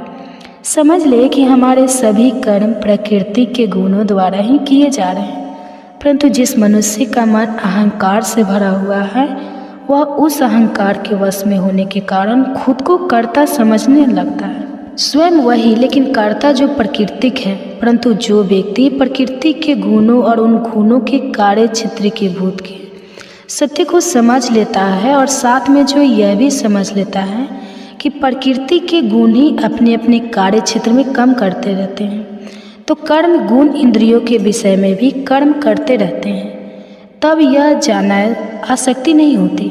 लेकिन जो व्यक्ति अपने प्राकृतिक गुणों की इन क्रियाओं से भ्रमित हो जाते हैं वही इन क्रियाओं में आसक्त हो जाते हैं और उनमें ही उन्नत जाते हैं, उन्हें बंध जाते हैं और बुरी तरह से उलझ जाते हैं। सच्चे और पूर्ण ज्ञान को जानने वाले व्यक्ति को उन्हें मूढ़ और अज्ञानी व्यक्ति के मन को विचलित नहीं करना चाहिए, जिनका ज्ञान अधूरा है और जो केवल थोड़ा सा ही जानते हैं। इसलिए हे पार्थ, अपने सभी कर्मों को पूरी तरह अपहरण करके अपनी चेतना को आत्मा में स्थिर करके अपनी सभी इच्छाओं को, अपने सभी अहंकार को भी मिटा दे और अपने इस मानसिक बुखार, इस संकोच को छोड़कर तो युद्ध कर। जो लोग पूरी श्रद्धा से मेरे उपदेश का पालन करते हैं वह कर्मों के सभी बंधनों से छूट जाते हैं। कि जो लोग ईर्ष्या के कारण मेरे इस उपदेश का तिरस्कार करते हैं, जो उसने गलतियां निकालते हैं और इसका पालन नहीं करते, वह लोग वास्तव में संपूर्ण ज्ञान के प्रति मूर्ख होते हैं और वह नष्ट होकर ही रहेंगे। यानी समेत सभी प्राणी अपनी अपनी प्रकृति, अपने अपने स्वभाव के अनुसार ही आचरण करते हैं। इससे कोई भी बच नहीं सकता। प्रकृति को रोकना, इसको जबरदस्ती बदलने की कोशिश करने से कोई फायदा ही नहीं हो सकता। ऐसा करना व्यर्थ है। अधूरी तरह से यह दोषपूर्ण तरीके से पालन किया गया अपना प्रकृति, अपना स्वाभाविक धर्म पूरी तरह से पालन किए जाने वाले प्राणी धर्म के दूसरे के स्वभाव वाले धर्म से अधिक अच्छा है। अपने धर्म का पालन करते हुए मृत्यु भी हो जाए तो वह भी पढ़ाई धर्म में जीवित रहने से कई गुना ज़्यादा अच्छा है, क्योंकि दूसरे के स्वभाव अनुसार चलने से बहुत ही खतरे होते हैं और वह बहुत ही वह देने वाले होते हैं। यह सब सुनकर अर्जुन केशव से पूछते हैं, लेकिन केशव वो क्या है जिसे मनुष्य ना चाहते हुए भी पाप करता है, जैसे उससे कोई ज़बरदस्ती पाप करवा रहा हो। श्री भगवान उत्तर देते हैं, भोग है, इच्छा और क्रोध, यह दोनों ही पाप से भरे हुए हैं और सब कुछ ही खा जाने वाले हैं, सब कुछ निगल जाने वाले हैं। इस संसार में तुम इनको को अपना दुश्मन और शत्रु समझो। जैसे आगे से लगी रहती है, जैसे दर्पण दूर छिटक जाते हैं, वैसे ही मनुष्य का विवेक और ज्ञान इस इच्छा से घिरा हुआ है। मनुष्य की चेतना और इसका ज्ञान दोनों ही उस नित्य शत्रु, कभी न तृप्त होने वाली अग्नि के सामने इच्छा से ढके रहते हैं, जिसके कारण वह हमेशा ही और संतुष्टि रहते हैं। इंद्रिय, मन और बुद्धि इस इच्छा के रहने के स्थान है। इसमें रहकर वही इच्छा मनुष्य के ज्ञान को ढूंढती है और उसे मोहित कर सके मार्ग से भटका देती है। इसलिए हे पार्थ, दुश्मनों से ही इन इंद्रियों को अपने वश में रख और ज्ञान और विवेक से इस पापी विनाशक को दृढ़ता से मार डाल सकते हैं। इंद्रिय शरीर से बड़ी है, मन इंद्रियों से भी बड़ा है, बुद्धि मन से भी बड़ी है और बुद्धि से भी बलवान और बड़ी है आत्मा। और इस प्रकार जब बुद्धि से बड़ी और बलवान है तो उस आत्मा को जानकर तू अपने मन को इसमें करके तो इस आत्मा को उस परमात्मा में स्थिर करके इस इच्छा रूपी, इस काम रूपी शत्रु को मार डाल। जिस शत्रु तक पहुंचना भी तुम बहुत अधिक कठिन है, उसी के साथ भगवत गीता का 3रा अध्याय खत्म होता है। बाकी के अध्याय भी आपको जल्दी चैनल पर देखने को मिलेंगे। इसके लिए चैनल को सब्सक्राइब जरूर करें, अगली अध्याय आप कभी भी मिस ना कर पाए। और यदि आप काफ़ी समय बाद इस वीडियो को देख रहे हैं तो बाकी के अध्याय आपको हमारे चैनल की भगवत गीता प्लेलिस्ट में मिल जाएंगे। और कमेंट्स में आपको हमारे द्वारा किया गया यह बात कैसा लगा यह जरूर बताएं, तो मैं मिलूंगी आपको अगले अध्याय में। तो आप सुनिए अर्जुन को युद्ध के लिए कैसे प्रोत्साहित करते हैं श्री कृष्ण। इनकार करता है। वास्तव में इसके बाद ही अर्थात दूसरे अध्याय के 13वें श्लोक सहित भगवान का असली उद्देश्य आरंभ होता है। भगवान अर्जुन को आत्मा की अमृता के बारे में बताते हैं। भगवान शरीर का भूत भी अर्जुन को बताते हैं। आत्मा जो अनश्वर है उसके लिए हमें शौक नहीं करना चाहिए। शरीर जो नश्वर है उसके लिए भी हमें जो कदापि ही नहीं करना चाहिए। केशव अर्जुन में कर्तव्य भावना जगाने का प्रयास करते हैं, योग के बारे में बताते हैं और समझाते हैं कि परिणाम की इच्छा या परिणाम की चिंता किए बिना ही हमें अपने कर्तव्य करते रहना चाहिए। भगवान स्थिर बुद्धि वाले व्यक्ति की विशेषता का भी वर्णन करते हैं। अर्जुन दुखी मन से अपने रथ बैठा है, उसकी आंखों में आंसू है, वह करुणा और संकट से ग्रस्त है। तब उसे किसमिस कहते हैं, पाठ या तुम्हें क्या हुआ है। इस गंभीर संकट और परीक्षा की स्थिति में यह अज्ञानता और संकोच कहाँ से आए हैं। यह अज्ञान और संकोच तुम जैसे श्रेष्ठ मनोबल को वीर योद्धा के लिए बिल्कुल भी उचित नहीं है। ऐसा आचरण ना तुम्हें स्वर्ग देगा, ना ही व्यक्ति बल्कि पृथ्वी पर तुम्हारे जीवन को कलंकित कर देगा और यश की जगह तुम्हें उपशेष देगा। इस प्रकार के दुर्बलता और कायरता तुम्हारे जैसे योद्धाओं पर बिल्कुल भी शोभा नहीं देती। इस मन की तुच्छ दुर्बलता को त्याग दो और उठो, युद्ध के लिए खड़े हो जाओ। अर्जुन के मन में संकोच फिर भी बना रहता है और वह यह सबसे कहते हैं, ये केशव, भीष्म और द्रोणा दोनों ही मेरे लिए पूजनीय हैं। इन दोनों पर मैं कैसे वार कर पाऊंगा, यह दोनों पर मैं कैसे बाण चला पाऊंगा।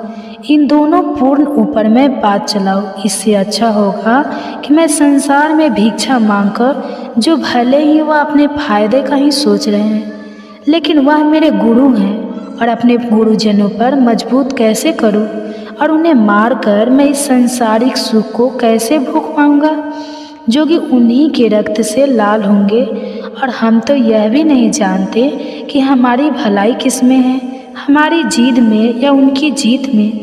धृतराष्ट्र के जिन पुत्रों को मारने के बाद हम शायद जीना भी न चाहें, वह हमारे सामने युद्ध के लिए तैयार खड़े हैं। भावुकता और संकोच ने मेरे वीर स्वभाव को दुर्बल बना दिया है और मुझे पूरी तरह से जकड़ रखा है। मेरा कर्तव्य क्या है, मुझे क्या करना चाहिए, मैं समझ नहीं पा रहा हूँ। इसलिए मैं तुमसे विनती करता हूँ, मुझे सही निश्चित तौर से बताओ।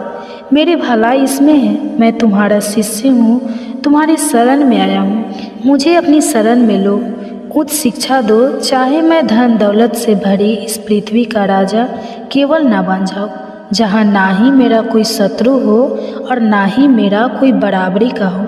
चाहे मैं स्वर्ग के देवताओं का भी राजा योग न बन जाऊँ, तो भी मुझे कुछ ऐसा दिखाई नहीं देगा जो मेरी इंद्रिय और मेरे मन को दुखी पहुंचाने वाले, कमज़ोर करने वाले, इस श्लोक को कर सके। यह कहते हुए अर्जुन ने संदेशक से कहा कि मैं युद्ध नहीं करूँगा। तब दोनों सेनाओं के बीच उस हताश निराश से भरी हुई अर्जुन से केशव हंसते हुए कहते हैं, बात तो उनके लिए शोक कर रहा है, उनके लिए तुम्हें कदापि शोक नहीं करना चाहिए। और साथ ही तो ज्ञान की भी बात करता है, लेकिन जिन्हें सच्चा ज्ञान है वह किसी के लिए भी शोक नहीं करते, ना तो उनके लिए जो जीवित है और जो उनके लिए मर चुका है। कोई भी उस समय नहीं था जब तू नहीं था, और या मैं नहीं था, या यह सब राजा नहीं थे।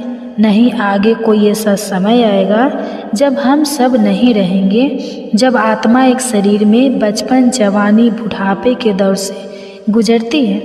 वैसे ही शरीर के मरने के बाद आत्मा तक दूसरा शरीर धारण कर लेना भी उसी दौर का ही एक हिस्सा है।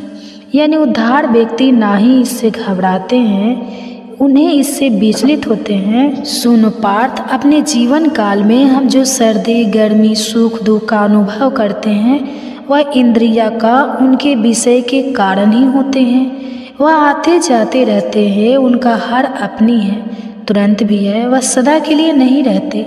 इसलिए तू इन सबको धीरज से सहन करना सीख। इन सबको तू बर्दाश्त करना भी। वह धीर शांत मनुष्य जिन पर इसका कोई असर नहीं होता, जिन्हें यह दुखी और विचलित नहीं करती थी, जो दुख और सुख दोनों में समान रहता है, वह अपने आप को अमृत जीवन बनाने के लिए योग्य बनाता है। सत्य के ज्ञान को जानने वाले ने यह समझ लिया है, इस तत्व है जो कि सनातन और अमर है, जो कि कभी नष्ट ही नहीं हो सकता, और असत्य वह है जिसे नष्ट होना ही है। यह भी रह नहीं सकता जिस आत्मा से यह सारा विश्व, यह सारी सृष्टि में व्याप्त है, उस आत्मा का अंश कभी संभव ही नहीं है और ना ही हो सकता है। इस अविनाशी आत्मा का विनाश कोई नहीं कर सकता। कहते हैं कि शरीरधारी आत्मा का निवास स्थान शरीर नश्वान है और इस सब का अंत होता ही है। आत्म संयम तो सनातना है, आत्म अमर नश्वर और चम्मच से भी बाहर है, समझ से भी परे है। इसलिए युद्ध जो यह सोचता है वह मरता है, और जो यह नहीं सोचता वह महाराज जाने वाला है। वह दोनों ही सत्य को नहीं जानते, क्योंकि आत्मा ना तो किसी को मानती है और ना ही किसी से मारी जा सकती है। जान ले तो पार्थ, तो तुम किसी को मारोगे और ना ही तुमसे कोई मारा जाएगा। आत्मा का जन्म ही नहीं होता और ना ही आत्मा कभी मरती है। यह हमेशा थी और हमेशा ही रहेगी। अजन्मी, अमर, नाम बदलने वाली और प्राचीन शरीर के मरे जाने पर भी यह आत्मा नहीं मरती, नष्ट नहीं होते, इसका अंत नहीं होता। जो व्यक्ति यह जान लेता है कि आत्मा सनातन, धर्म, वर्जन में और नश्वर, अपार, असीम है, ऐसा व्यक्ति कैसे किसी को मार सकता है? वह मरवा सकता है। जैसे कई व्यक्ति अपने फटे पुराने कपड़े उतारकर नए कपड़े पहन लेते हैं, वैसे ही यह शरीर धारण करने वाली आत्मा अपना पुराना शरीर छोड़कर एक नया शरीर धारण कर लेती है। कोई भी शस्त्र आत्मा को भेज नहीं सकता, आग इसे जला नहीं सकती, जल इसे कीड़ा नहीं करा सकता और वायु इसे सुखा नहीं सकती। आत्मा अमर है, सबके अंदर मौजूद है और यह स्थिर, अचल और सनातन की आत्मा व्यक्त है। यह दिखाई नहीं देती, इसका ना किसी शब्द और ना ही किसी अन्य साधनों द्वारा वर्णन किया जा सकता है। आत्मा न बदलने वाली है और यह इंद्रियों की शक्तियों और कल्पना से भी परे है। इसलिए आत्मा को ऐसा जानते हुए, इसे समझते हुए मुझे अशोक नहीं करना चाहिए और अपने कर्तव्य और अपने क्षत्रिय धर्म को देखते हुए ना ही तुम घबराना चाहिए और ना ही तुझे विचलित होना चाहिए। योग्य क्षत्रिय के लिए धर्म युद्ध लड़ने से बड़ा कर्तव्य कोई नहीं है। वह क्षत्रिय भाग्यवान है जैसे यह अवसर मिलता है। तेरा सौभाग्य है कि तुझे ऐसा धर्म जो दूर लड़ने का सौभाग्य मिला है। यह धर्म जीते लिए स्वर्ग के द्वार खोल रहा है। ऐसा मौका तू मत खो, और अगर तू ऐसा मौका गंवा देगा, अगर तू उधर नहीं लड़ेगा तो अपने कर्तव्य ऊर्जा किसे तो करेगा, साथ ही साथ पाप का भागी बनेगा और हमेशा हमेशा के लिए लोग तेरे इस अध्यक्ष की बातें किया करेंगे। यह सामने खड़े सभी योद्धा यह समझेंगे तुम अंतिम समय में डरकर युद्ध से पीछे हट गया। जो लोग तेरा आदर करते हैं वह भी तुझे छोड़कर यह समझने लगेंगे। तेरे शत्रु तेरे बलि की निंदा करते हुए बहुत ही कहने वाले बातें कहेंगे। तेरे लिए इससे बढ़कर दुख की बात और क्या हो सकती है। यदि तू युद्ध में मारा गया तो तुझे स्वर्ग मिलेगा, अगर युद्ध में जीत गया तो इस पृथ्वी का आनंद भोगेगा। इसलिए पार्थ, तो लड़ने का निश्चय कर ले और खड़ा हो जा। सुख और दुख, लाभ और हानि, जीत और हार, इन सबको समान समझकर युद्ध की ओर तैयार हो जा। ऐसा सोचने से और ऐसा करने से तुझे पाप नहीं लगेगा। पार्थ, यह तुझे मैंने ज्ञान का मार्ग बताया है। अब मैं तुझे निष्काम कर्म योग के मार्ग का ज्ञान दूंगा और अर्थ भी समझाऊंगा, जिसके कारण तू कर्म करते हुए भी सभी कर्मों के बंधनों से मुक्त हो जाएगा। इस निष्काम कर्म योग के मार्ग में दिए गए किसी भी कर्म का कभी भी नाश नहीं होता, ना ही इसे कोई कभी भी बाधा आती है और ना ही इससे कभी कोई आहत होती है। इस कर्म योग रूपी धर्म का थोड़ा सा आचरण, इस मार्ग पर चला हुआ छोटे से छोटा कदम भी मनुष्य के बड़े से बड़े बैंक की रक्षा करती है। इस कर्म योग के मार्ग पर वाले दृढ़ संकल्प वाले लोगों की बुद्धि तो एक ही होती है, अर्थात वह एक ही दिशा में केंद्रित भी होती है, जबकि अनिश्चित और चंचल मन वाले लोगों की बुद्धि एक न होकर अनेक शाखाओं में बड़ी होती है। उनके विचार भी बिखरे हुए होते हैं और अनंत होते हैं। अज्ञानी लोग फूलों जैसी सुंदर वाणी बोलते हैं और जो शास्त्र के शब्दों में ही आनंद लेते हैं, वह शास्त्रों के वाद विवाद और कर्मकांड की क्रियाओं में ही उलझे रहते हैं, जिसके कारण वह समझते हैं इसके अलावा और कुछ नहीं है। उनका मन उनकी स्वार्थी कामनाओं से भरा रहता है। वह भोग और ऐश्वर्य को भी स्वर्ग मानते हैं। ऐसे लोग अपने सभी कर्म आनंद और शक्ति पाने के ही उद्देश्य से ही करते हैं, उनके कर्मों के फल के रूप में करते हैं। उनके कर्मों के फल के रूप में उनका बार बार जन्म होता है। जिनके मन आनंद और शक्ति पाने में लगे रहते हैं और जिनके मन ऐश्वर्य और भोग द्वारा हर लिए गए हैं, ऐसे लोगों की बुद्धि आत्मा में आकर नहीं हो पाती, आत्मा में अच्छी तरह से टिक नहीं पाती। पार्थ, वेदों का विषय तो दो नौकरियों से ही है, 2-3 गुणों से भी ऊपर ऊर्जा, सुख दुख, लाभ हानि, जीत हार जैसे सभी दुखों से मुक्त होकर सदा अपनी सच्ची आत्मा स्थिर हो। वस्तुओं को जोड़ने, इकट्ठा करने की और फिर एक सुरक्षित रखने की चिंता को भी छोड़ दे और केवल आत्मा को प्राप्त कर आत्मा का ज्ञान वाले पर, ब्रह्मा ज्ञान पाने पर, ऐसे ज्ञानी व्यक्ति को सभी वेदों के ज्ञान का उतना ही उपयोग रह जाता है जितना उपयोग चारों ओर बढ़ आ जाने पर वे कह रह जाता है। आत्मज्ञान में वेदों का ज्ञान भी समाया हुआ है। समझ ले पार्थ, तेरा अधिकार केवल कर्म करने का ही है। तेरा अधिकार केवल कर्म करने पर ही है। उस कर्म के फल पर तेरा अधिकार बिल्कुल भी नहीं है। तेरा उद्देश्य कर्मों का फल कभी भी नहीं होना चाहिए और कर्म को त्यागने की इच्छा कभी भी तेरे मन में नहीं आनी चाहिए। इसलिए पार्थ, तो सभी प्रकार के लाभ लपेट को त्याग कर अपने मन को सफलता और विफलता इन दोनों में समान रखते हुए इस योग में स्थिर होकर अपना कर्म करता जा। निष्काम कर्म बुद्धि योग भी कहते हैं। काम कर हमसे बुद्धि योग अधिक श्रेष्ठ है, तो बुद्धि योग में ही शरण ले। जो लोग अपने कर्मों के फल की इच्छा रखते हैं वह लोग तो देह नहीं होते हैं, वह निचले दर्जे के लोग होते हैं। जिस व्यक्ति ने अपनी बुद्धि को भ्रम से जोड़ दिया है वह अच्छे और बुरे दोनों प्रकार के कर्मों से मुक्त हो जाते हैं। इसलिए तो योग में जुट जाए तो सभी कर्मों को कुशलता से करने का ही नाम है। जिन लोगों ने अपनी बुद्धि को ब्रह्म से जोड़ दिया है उन्होंने अपनी बुद्धि को ब्रह्म से मिलाकर एक कर लिया है, और जिन्होंने कर्मों से मिलने वाले सभी फलों भी त्याग दिया है वह लोग जन्म के बंधन से छूटकर उस परम पद को पा लेते हैं जहाँ उनके सभी कष्टों का अंत हो जाता है। तब तेरी बुद्धि मोह के घने जंगल, मोह के दलदलों को पार कर लेगी। तब तू सबके प्रति उदासीन हो जाएगा। तो कुछ तूने अभी सुना है और जो कुछ भी सुनने के लिए बाकी है जब तेरी बुद्धि वेद शास्त्रों के शाब्दिक ज्ञान से ऊपर उठ जाएगी और आत्मा स्थिर हो जाएगी, आत्मा मिट जाएगी, तब योग प्राप्त हो जाएगा और तभी तुझे आत्मा का दर्शन भी हो जाएगा। केशव के वचन सुनने से अर्जुन की बेचैनी कम हुई और कुछ शांत हुआ, लेकिन उसके मन में अधिक जानने की जिज्ञासा उठी और उसे केशव से पूछा, हे केशव, जिस व्यक्ति की बुद्धि स्थिर हो गई है, जिसने परमात्मा को पा लिया है, वह व्यक्ति कैसा होता है? स्थिर बुद्धि वाले व्यक्ति का उठना बैठना रहना सहना कैसा होता है? श्री कृष्ण उत्तर देते हैं, उन पार्थ, जब मनुष्य अपने मन में उठने वाली सभी कामनाओं को त्याग देता है और जब उसकी आत्मा अपने अंदर ही संतुष्ट रहने लगती है और जब वह अपने आप ही संतुष्ट रहने लगता है, तब बहुत ही बुद्धि वाला व्यक्ति माना जाता है। जिस व्यक्ति का मन दुख में वह चैन नहीं होता, ऐसा व्यक्ति श्रेष्ठ है और फिर भी अच्छा व्यक्ति वाला कहलाता है। शरीरधारी जीव भले ही विभाग को त्याग दे, लेकिन इस विषय को भोगने की लालसा कहीं न कहीं उसके मन में बनी रहती है। भगवान के दर्शन होने से वह लालसा उनके मन से मिट जाती है।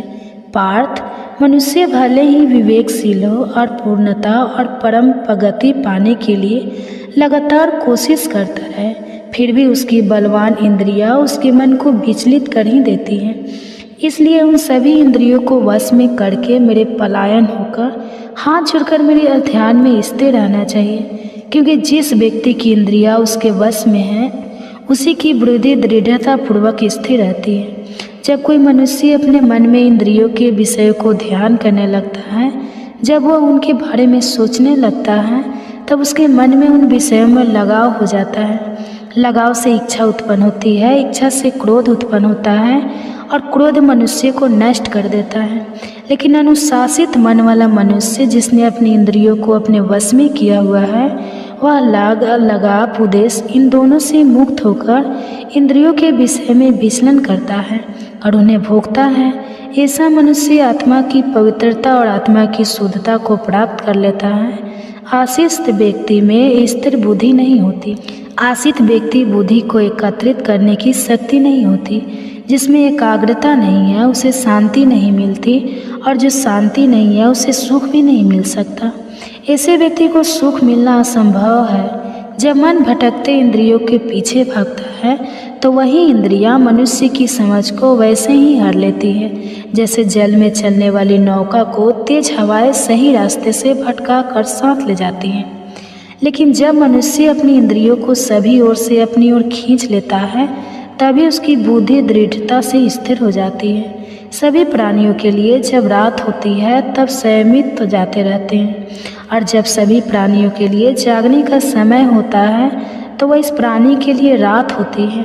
जैसे नदियों से पानी चारों ओर से सदा भरते रहने पर भी समुद्र हमेशा अचल और शांत रहते हैं, वैसे ही जिस मनुष्य की सभी कामनाएं उसके अंदर बिना उसे विपरीत किए और उसके बिना उसके कोई विकार उत्पन्न किए उसमें समाती रहे, और वह समुद्र की तरह हमेशा ही स्थिर और शांत रहे, उसे सच्ची शांति मिलती है। और जो इच्छाओं के पीछे भागता रहता है उसे शांति कभी नहीं मिलती। शांति मनुष्य को तभी मिलती है जब वह सभी इच्छाओं को त्याग देता है, जब उसे किसी भी रिमाइंड लगाव नहीं रहता, और जब उसे अहंकार की भावना भी नहीं रहती। पार्थ, यह दिव्य है, ब्रह्मा को प्राप्त करने की स्थिति है। जो इसे एक बार प्राप्त कर लेता है वह फिर कभी मुंह में नहीं रहता। इस स्थिति में रहकर मनुष्य परमात्मा के परम आनंद को प्राप्त कर लेता है। इसी के साथ भगवत गीता का दूसरा अध्याय खत्म होता है। बाकी के अध्याय भी आपको जल्दी चैनल पर देखने को मिलेंगे। इसके लिए चैनल सब्सक्राइब जरूर करके रखें ताकि अगले अध्याय आपसे मिस ना हो। और यदि आप काफ़ी समय बाद इस वीडियो के देख रहे हैं तो बाकी के अध्याय आपको हमारे चैनल के भगवत गीता प्लेलिस्ट में मिल जाएंगे, और कमेंट्स में आपको हमारे द्वारा किया गया यह तन कैसा लगा यह ज़रूर बताएं। तो मिलूँगा आपको अगले अध्याय में, तब तक